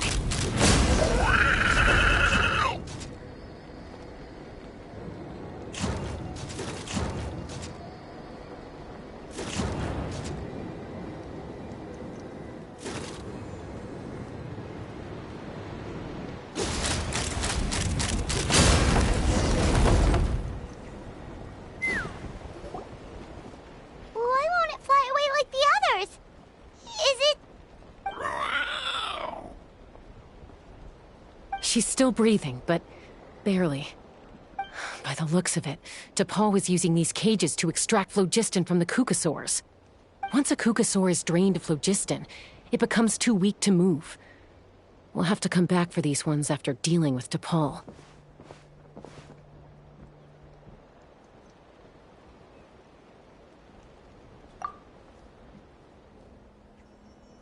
Let me see. Looks like a record of his phlogiston research. Log number 330. With the support of... I was finally able to launch the airborne workshop. Even though it relies on the relic for 80% of its power supply, I've at least taken the first step. Log number 348. Research on the relic is progressing well. I should be able to replicate the technology and scale up production very soon. Has proposed a name for this groundbreaking invention: the phlogiston wings. I think I'm getting close.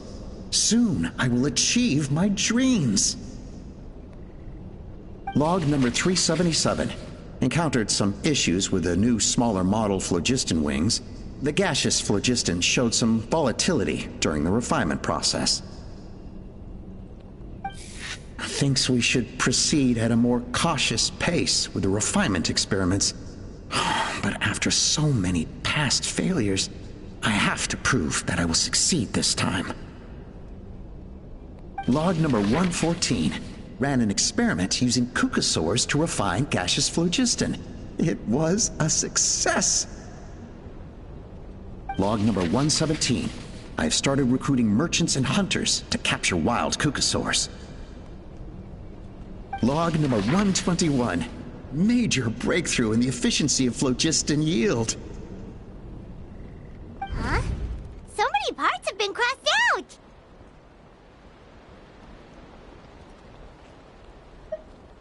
Yeah, probably the contact he alluded to in his other notebook. Guess he has a benefactor. Did anyone else notice how the numbering system in this notebook suddenly changed halfway through? We haven't got time for textual analysis, I'm afraid. Grab the notebook and let's press on.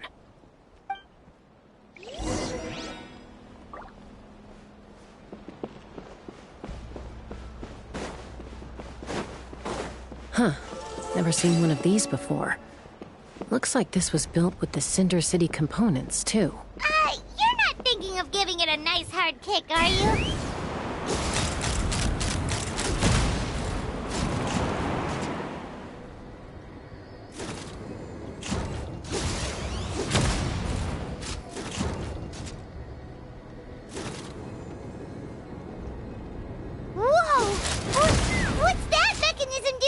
It's asking for a nice hard kick where it hurts.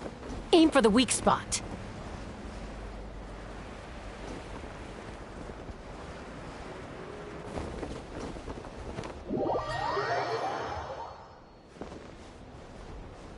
Take me up!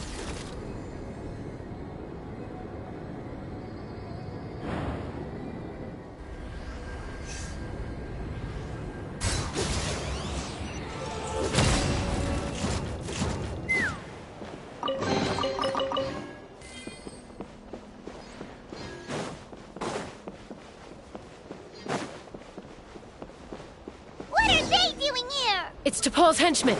He must have brought them here using the relic in his prototype wings. Watch out!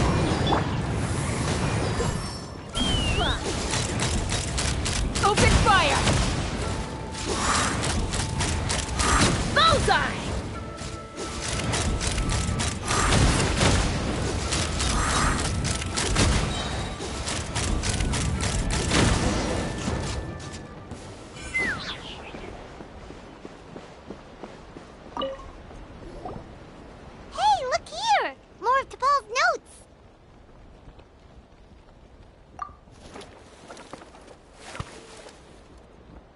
Log number 403. Introduce me to some new comrades who fully support my ideas. I told them that some Saurians are blessed with wings, and some people with natural gifts, while the less fortunate among us can only look on longingly as they seize the skies. But I also told them that progress can erase individual differences. Think of the tools humanity has made to fight back against wild beasts. The law we have put in place to even the playing field between the strong and the weak. I promised them that our research will be the new frontier of human progress. with our phlogiston wings, the power of flight will no longer be for a select few to enjoy. Imagine a world where the skies are for all to share. I only hope that when we finally achieve this goal, we'll be proud of me. Imagine a world where the skies are for all to share. Yes, what a wonderful world that would be. If only it were possible. We could respond faster, and so many tragedies could be prevented. But DePaul, what about the saurians you're draining dry of phlogiston? You're not sharing the sky, you're stealing it! Bad move. I won't let you get away with it.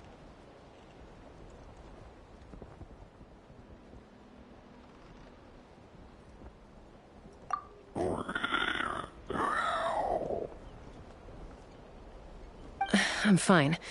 Let's keep moving. I don't think we'll find anything else here.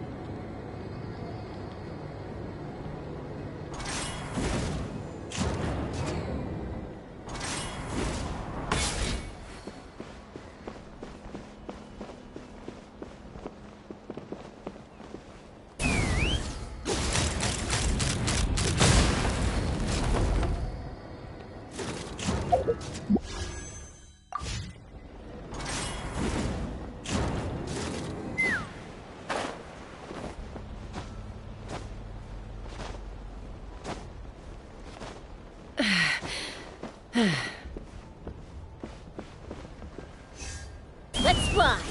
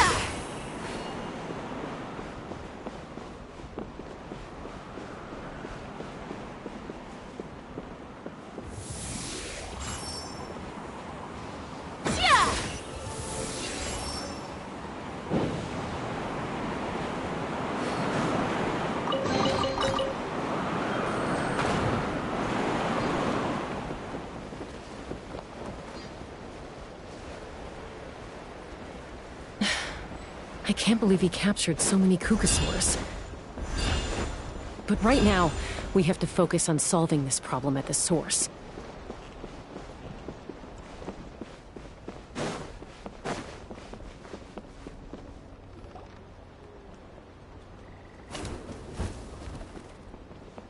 Looks like we've reached the center of the workshop. And still no sign of Koya's baby.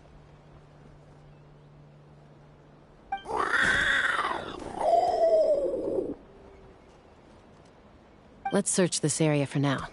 If we still can't find Chime, we'll double back.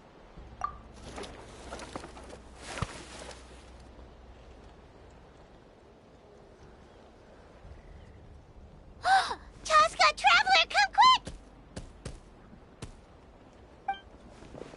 What is it? Did you find Chime? Not yet, but look! It's another one of T'Pol's notebooks!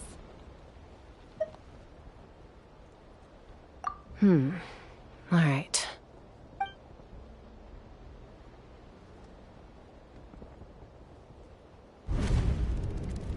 Log number 428. We decided to restart the experiments on phlogiston refinement, but without telling. This is the final obstacle to the success of the Phlogiston Wings project. We cannot fall at the last hurdle. Log number 436. Earlier today, suggested using Cucosaurs as an intermediary to extract refined phlogiston. It's certainly feasible, but... Anyway, as long as our secret experiment succeeds, I'm sure won't bring it up again. Log number 443. We will conduct the experiment tomorrow. Birthday is coming up, so hopefully we'll have a birthday surprise for her. Log number 444. Huh? Why is this log empty? I guess whoever wrote down the log number was prevented from recording the results.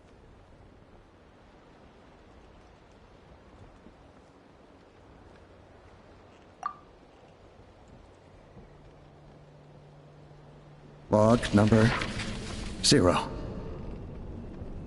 We lost many comrades in the accident. Among them are friends, lovers, and children. But we cannot stop now. We will keep their legacy alive and carry their dreams forward. As of today, we are scrapping the artificial refinement method. Instead, we will focus all our efforts on phlogiston extraction from live Cucosaurs. They are arrogant beasts whose existence in the wild serves no one but themselves. Their true worth lies in their sacrifice for the sake of human progress. To facilitate our operations, we will gradually move the airborne workshop closer to the Flower Feather clan, even as we continue to expand it. All this we do to create a world where the skies are for all of humanity to share. All this we do to make T'Pol's dream a reality. Given the way this is written, not to mention the fact that the numbering has started over from 0, it kind of sounds like this is someone new. Does that mean that T'Pol's already...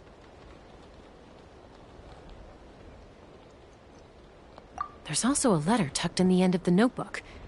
It's from Puma.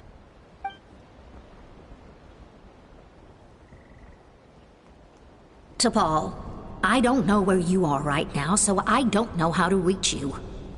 My best bet is to send this letter to the Flower Feather clan. Your father is gravely ill. Oh, I know we've had our differences in the past, but he is still your father. Won't you come and visit him? Please. I know you never liked him and cared even less for me. All you ever yearned for is the sky. And your birth mother. But we'll still be waiting here for you if you do come back. This may be the last chance you'll get to see your father. So Puma's not T'Pol's real mom? Huh. Well, she did say he never called her mom, but I might assume she was just venting. We know that T'Pol's father passed away quite recently, and this letter looks recent. By contrast, the writing in this notebook is old and faded. It looks like the real reason T'Pol didn't attend his father's funeral is because he'd long since passed away himself.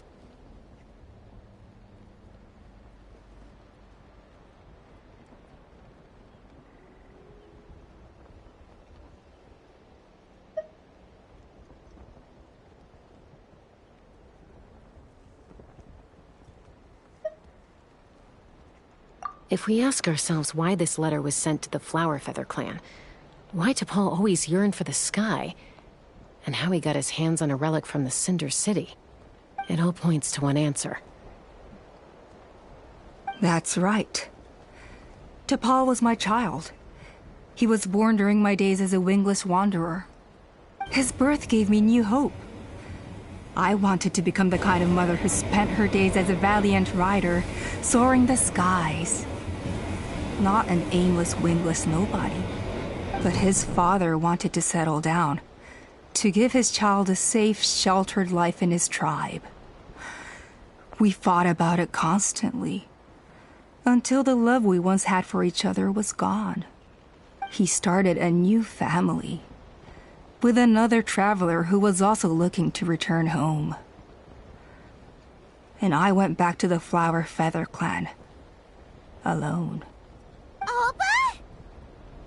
I had no idea that despite being raised among the children of echoes, my child still harbored dreams of the skies. Can you imagine, Chasca? The joy and surprise I felt when he showed up at my door, asking to join the flying trials. Or how proud I was when he said he wanted to prove his own worth, rather than relying on my position as elder. And then the anguish that overcame me when he was rejected by the Cucusaurs and became wingless, just as I had after my injury. You've got a lot of nerve showing your face here. Don't take this the wrong way, Chasca. I'm not here for a fight. I just want to talk. Isn't that your preferred way to resolve things? I trust you've learned of T'Pol's wish on your way here.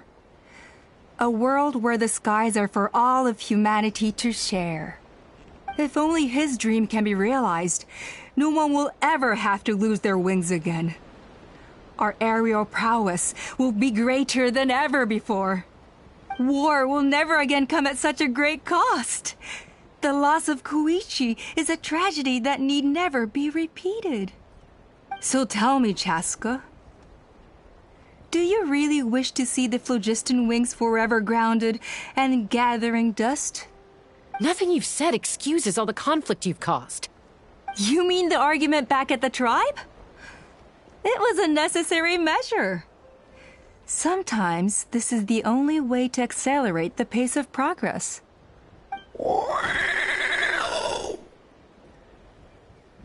Is a mother harming her children when she coaxes them into swallowing a bitter pill? Of course not. It is a brief moment of suffering for the greater good, and the child would come to understand this in due course. The phlogiston wings are that bitter pill. We will never progress as a tribe if we cling to the scraps the Cucusaurs offer us. Once the people have embraced the phlogiston wings, they will never look back. Even if they learn how the refined phlogiston is sourced. They will convince themselves that the sacrifice of a few Cucusaurs is a small price to pay for our dominion over the skies. But this I had not anticipated. I barely had the chance to introduce the phlogiston wings to the tribe before you found this place. Your plan was hardly foolproof. Yet, it can still be salvaged. Chasca, traveler, you are the hope of humanity. I'm sure you have your doubts about my methods, but know that my love for humanity and for Natlan is genuine. You know me, Chasca. And you know that I've always treated everyone in the Flower Feather clan as my own children, as fellow humans. Surely you can understand my perspective.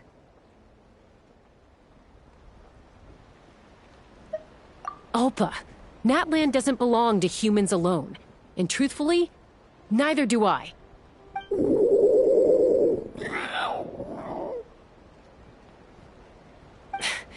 How many times has the Abyss invaded Natlan now?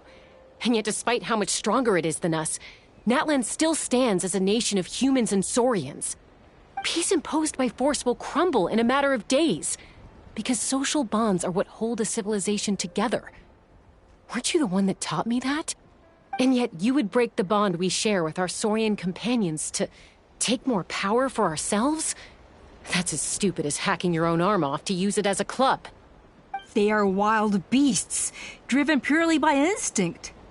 How could they possibly understand human social bonds? How did someone like her ever become a writer?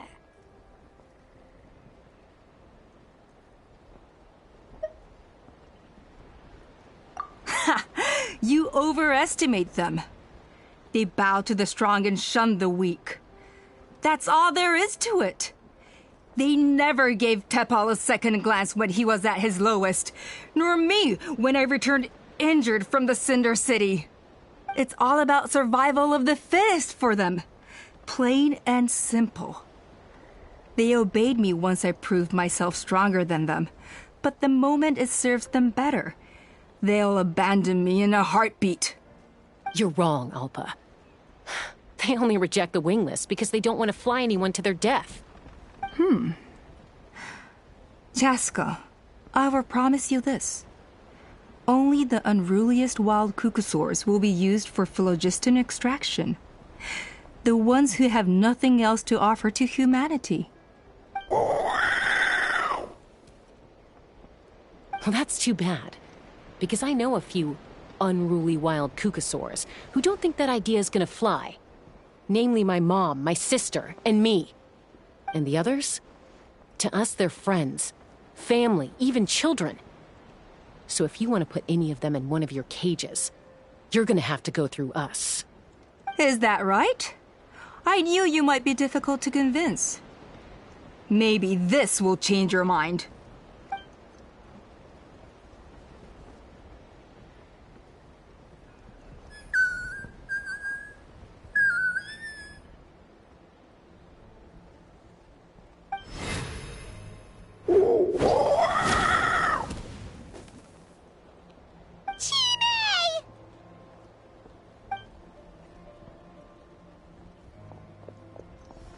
Alpa!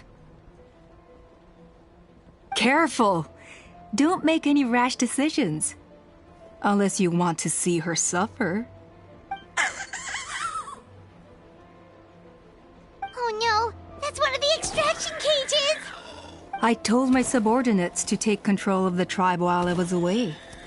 Luckily for them, our strongest warrior and our most powerful ally aren't there to stop it. Take control? What are you planning to do with Mutota and his supporters? Merely accelerate their inevitable downfall. They cannot stand in the way of progress forever. It is not the move I wish to make, but I'm afraid you and your friends force my hand. And since you insist on imposing me too, I have no choice but to keep you here until the dust has settled. So that's what you meant by I just want to talk. You never intended to negotiate. You just wanted to stall us. No, Chasca. I genuinely hoped I could win you over. You are the strongest warriors we have. Put down your weapons, and I promise you that no harm will come to this young Saurian. I just need you to stay here for the next couple of weeks or so, while my people consolidate their power. Then, I will give her back to you, and you'll be free to leave. As long as the majority supports our vision, even the Pyro Archon cannot meddle in our internal affairs.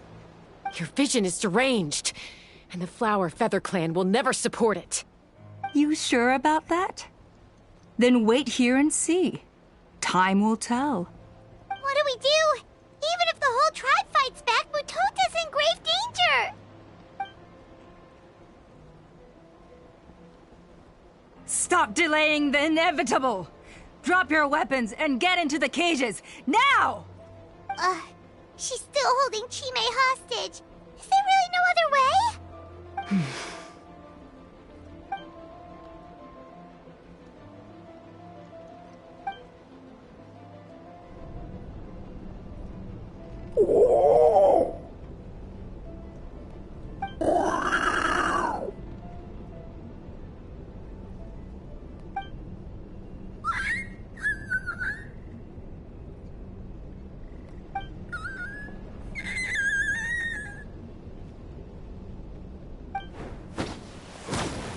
Koya? Huh? What are you yapping about? Stand down. Drop your weapons, now! This instant! Ah! Ah! No! The relic!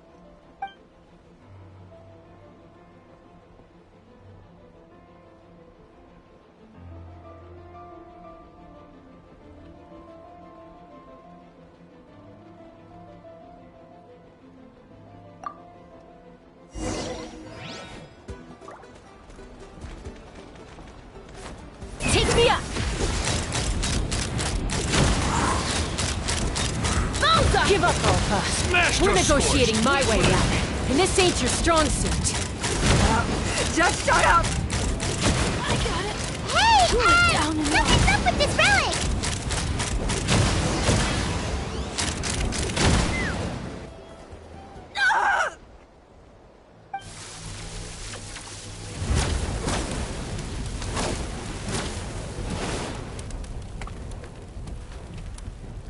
No! What is she doing? She'll bring us all down with her! But why?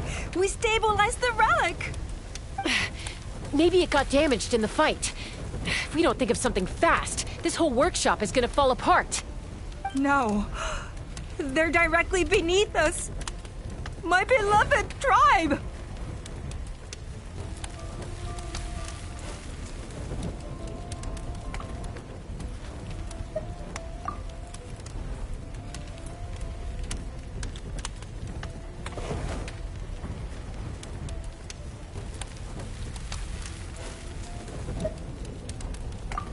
Okay,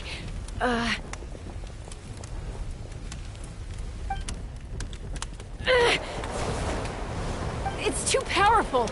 This ain't a toy like last time. I don't think I can just throw it aside.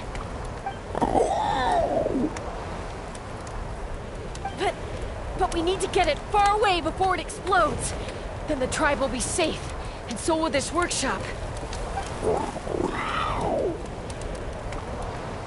Koya, remember when we were kids? Come on, let's take this thing high up into the sky.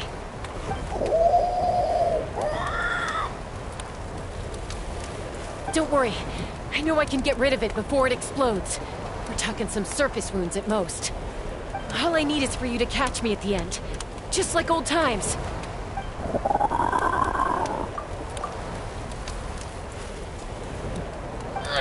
I can't hold it back anymore. We have to go. Don't be insane! Alpa! What are you... You're a fool, Chasca! Why would you choose such a risky solution? We cannot entrust the safety of our tribe to this wild Saurian! I'm the fool. You really think you can stand a better chance than me? Sure, it may be asking too much for an ex-wingless to escape the blast radius in time. But I can fly it a safe distance away, even if it's the last thing I do.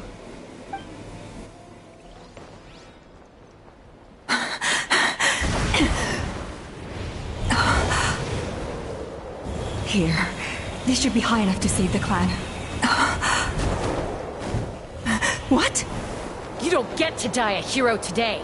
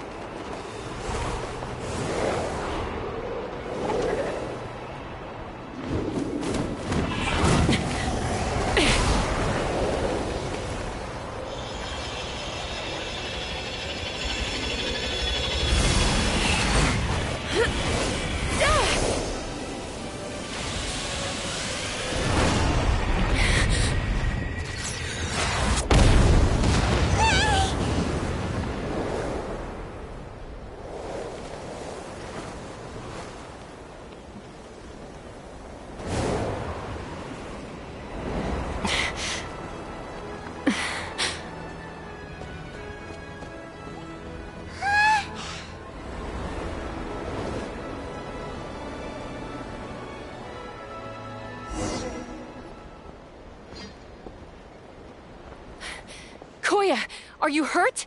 Let me take a look at you. What do you mean, I'm fine? Didn't I tell you to catch me on your back? Why did you try to shield me from the blast?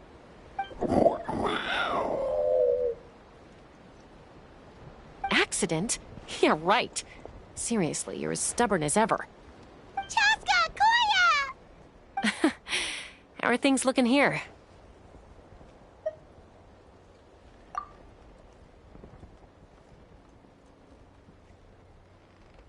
I think think that's putting it mildly. I owe you one. Again.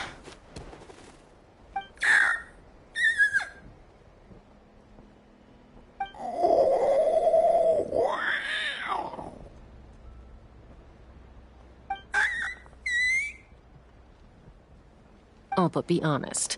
Do you still think Kukasaurs can't form bonds? Mom, I'll figure out the refinement problem.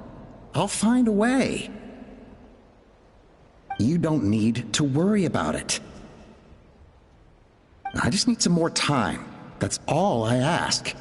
Please just trust me. Just this once.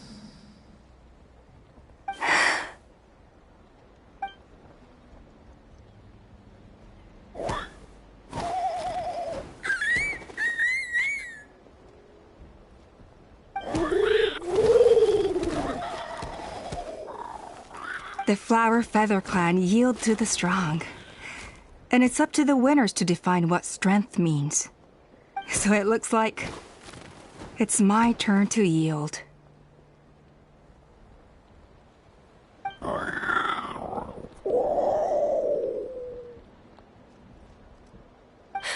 Koya! Koya!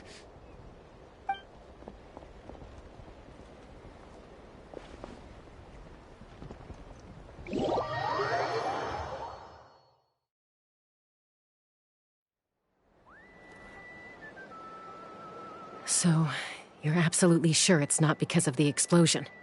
Yes, for the 10,000th time, I'm sure. The blast barely touched her. The reason she fainted was old injuries playing up, compounded by overexertion in recent days. The moment she finally relaxed, all the built-up stress finally caught up with her. And no wonder. Honestly, she's just like you. Anyway, now you know how we feel when you go off risking life and limb. Your mother and I would both appreciate it if you lived less dangerously. You know she wrote to me from the Masters of the Nightwind, just to scold me for not doing enough to keep an eye on you. If she wasn't so busy with work, you can bet she'd come back here and chew us both out in person. I'll find an opportunity to apologize to her. I promise. You'd better. No more avoiding us, okay? And don't get me started on all the checkups you've missed. Got it. Got it. Huh? Koya? You're awake. I'll go let everyone know. Hey, but we're not done talking. What are we gonna do with her, Even after everything that's happened, she still hasn't figured out how to start the conversation with you. She keeps saying, I don't think Koya has forgiven me yet. But if you ask me, she's the one who's scared to open up and have an honest conversation. For all her confidence, she's a very sensitive soul underneath. You'd think as a peacemaker, she of all people would know how to reconcile with her family after a falling out. She must have been a handful growing up. Thank you for being there for her. And of course, thank you for keeping her safe when you were up there in the sky. Koya, Uncle Cusco, we're here! Ha! I was just telling her that she's not to go chasing danger with Chasca ever again.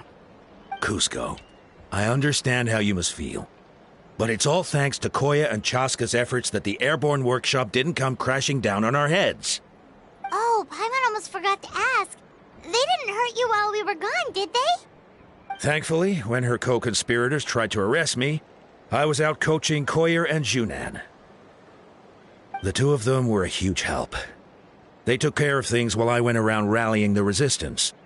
So, in the end, Alpa's would-be revolt didn't really get off the ground.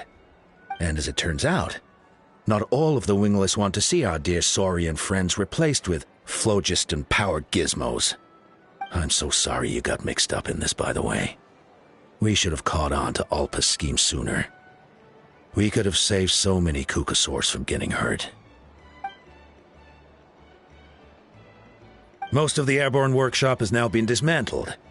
We've just left one small, harmless part intact, and repurposed it as a jail for Alpa and her cronies. Let's see how they like being locked up in a sky prison. So, it looks like there's just one last conflict left to resolve. Peacemaker, you're up. I said I had to wait until things had blown over, didn't I? And now they have. But I still have no idea what to say. Koya, I just want to say, I'm sorry for how things went down back then.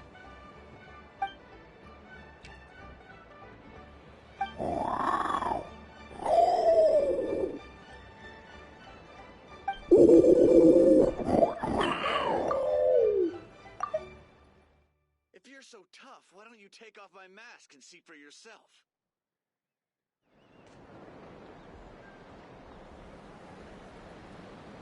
Huh? Does this mean you're not mad at me anymore? There's that family likeness coming through again. But that day, when we ran into each other...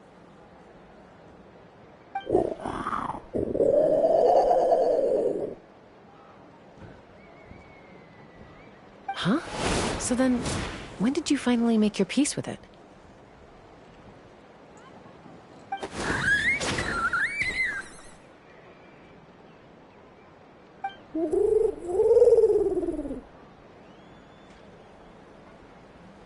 Oh, it's Chime and Chimpu. They're here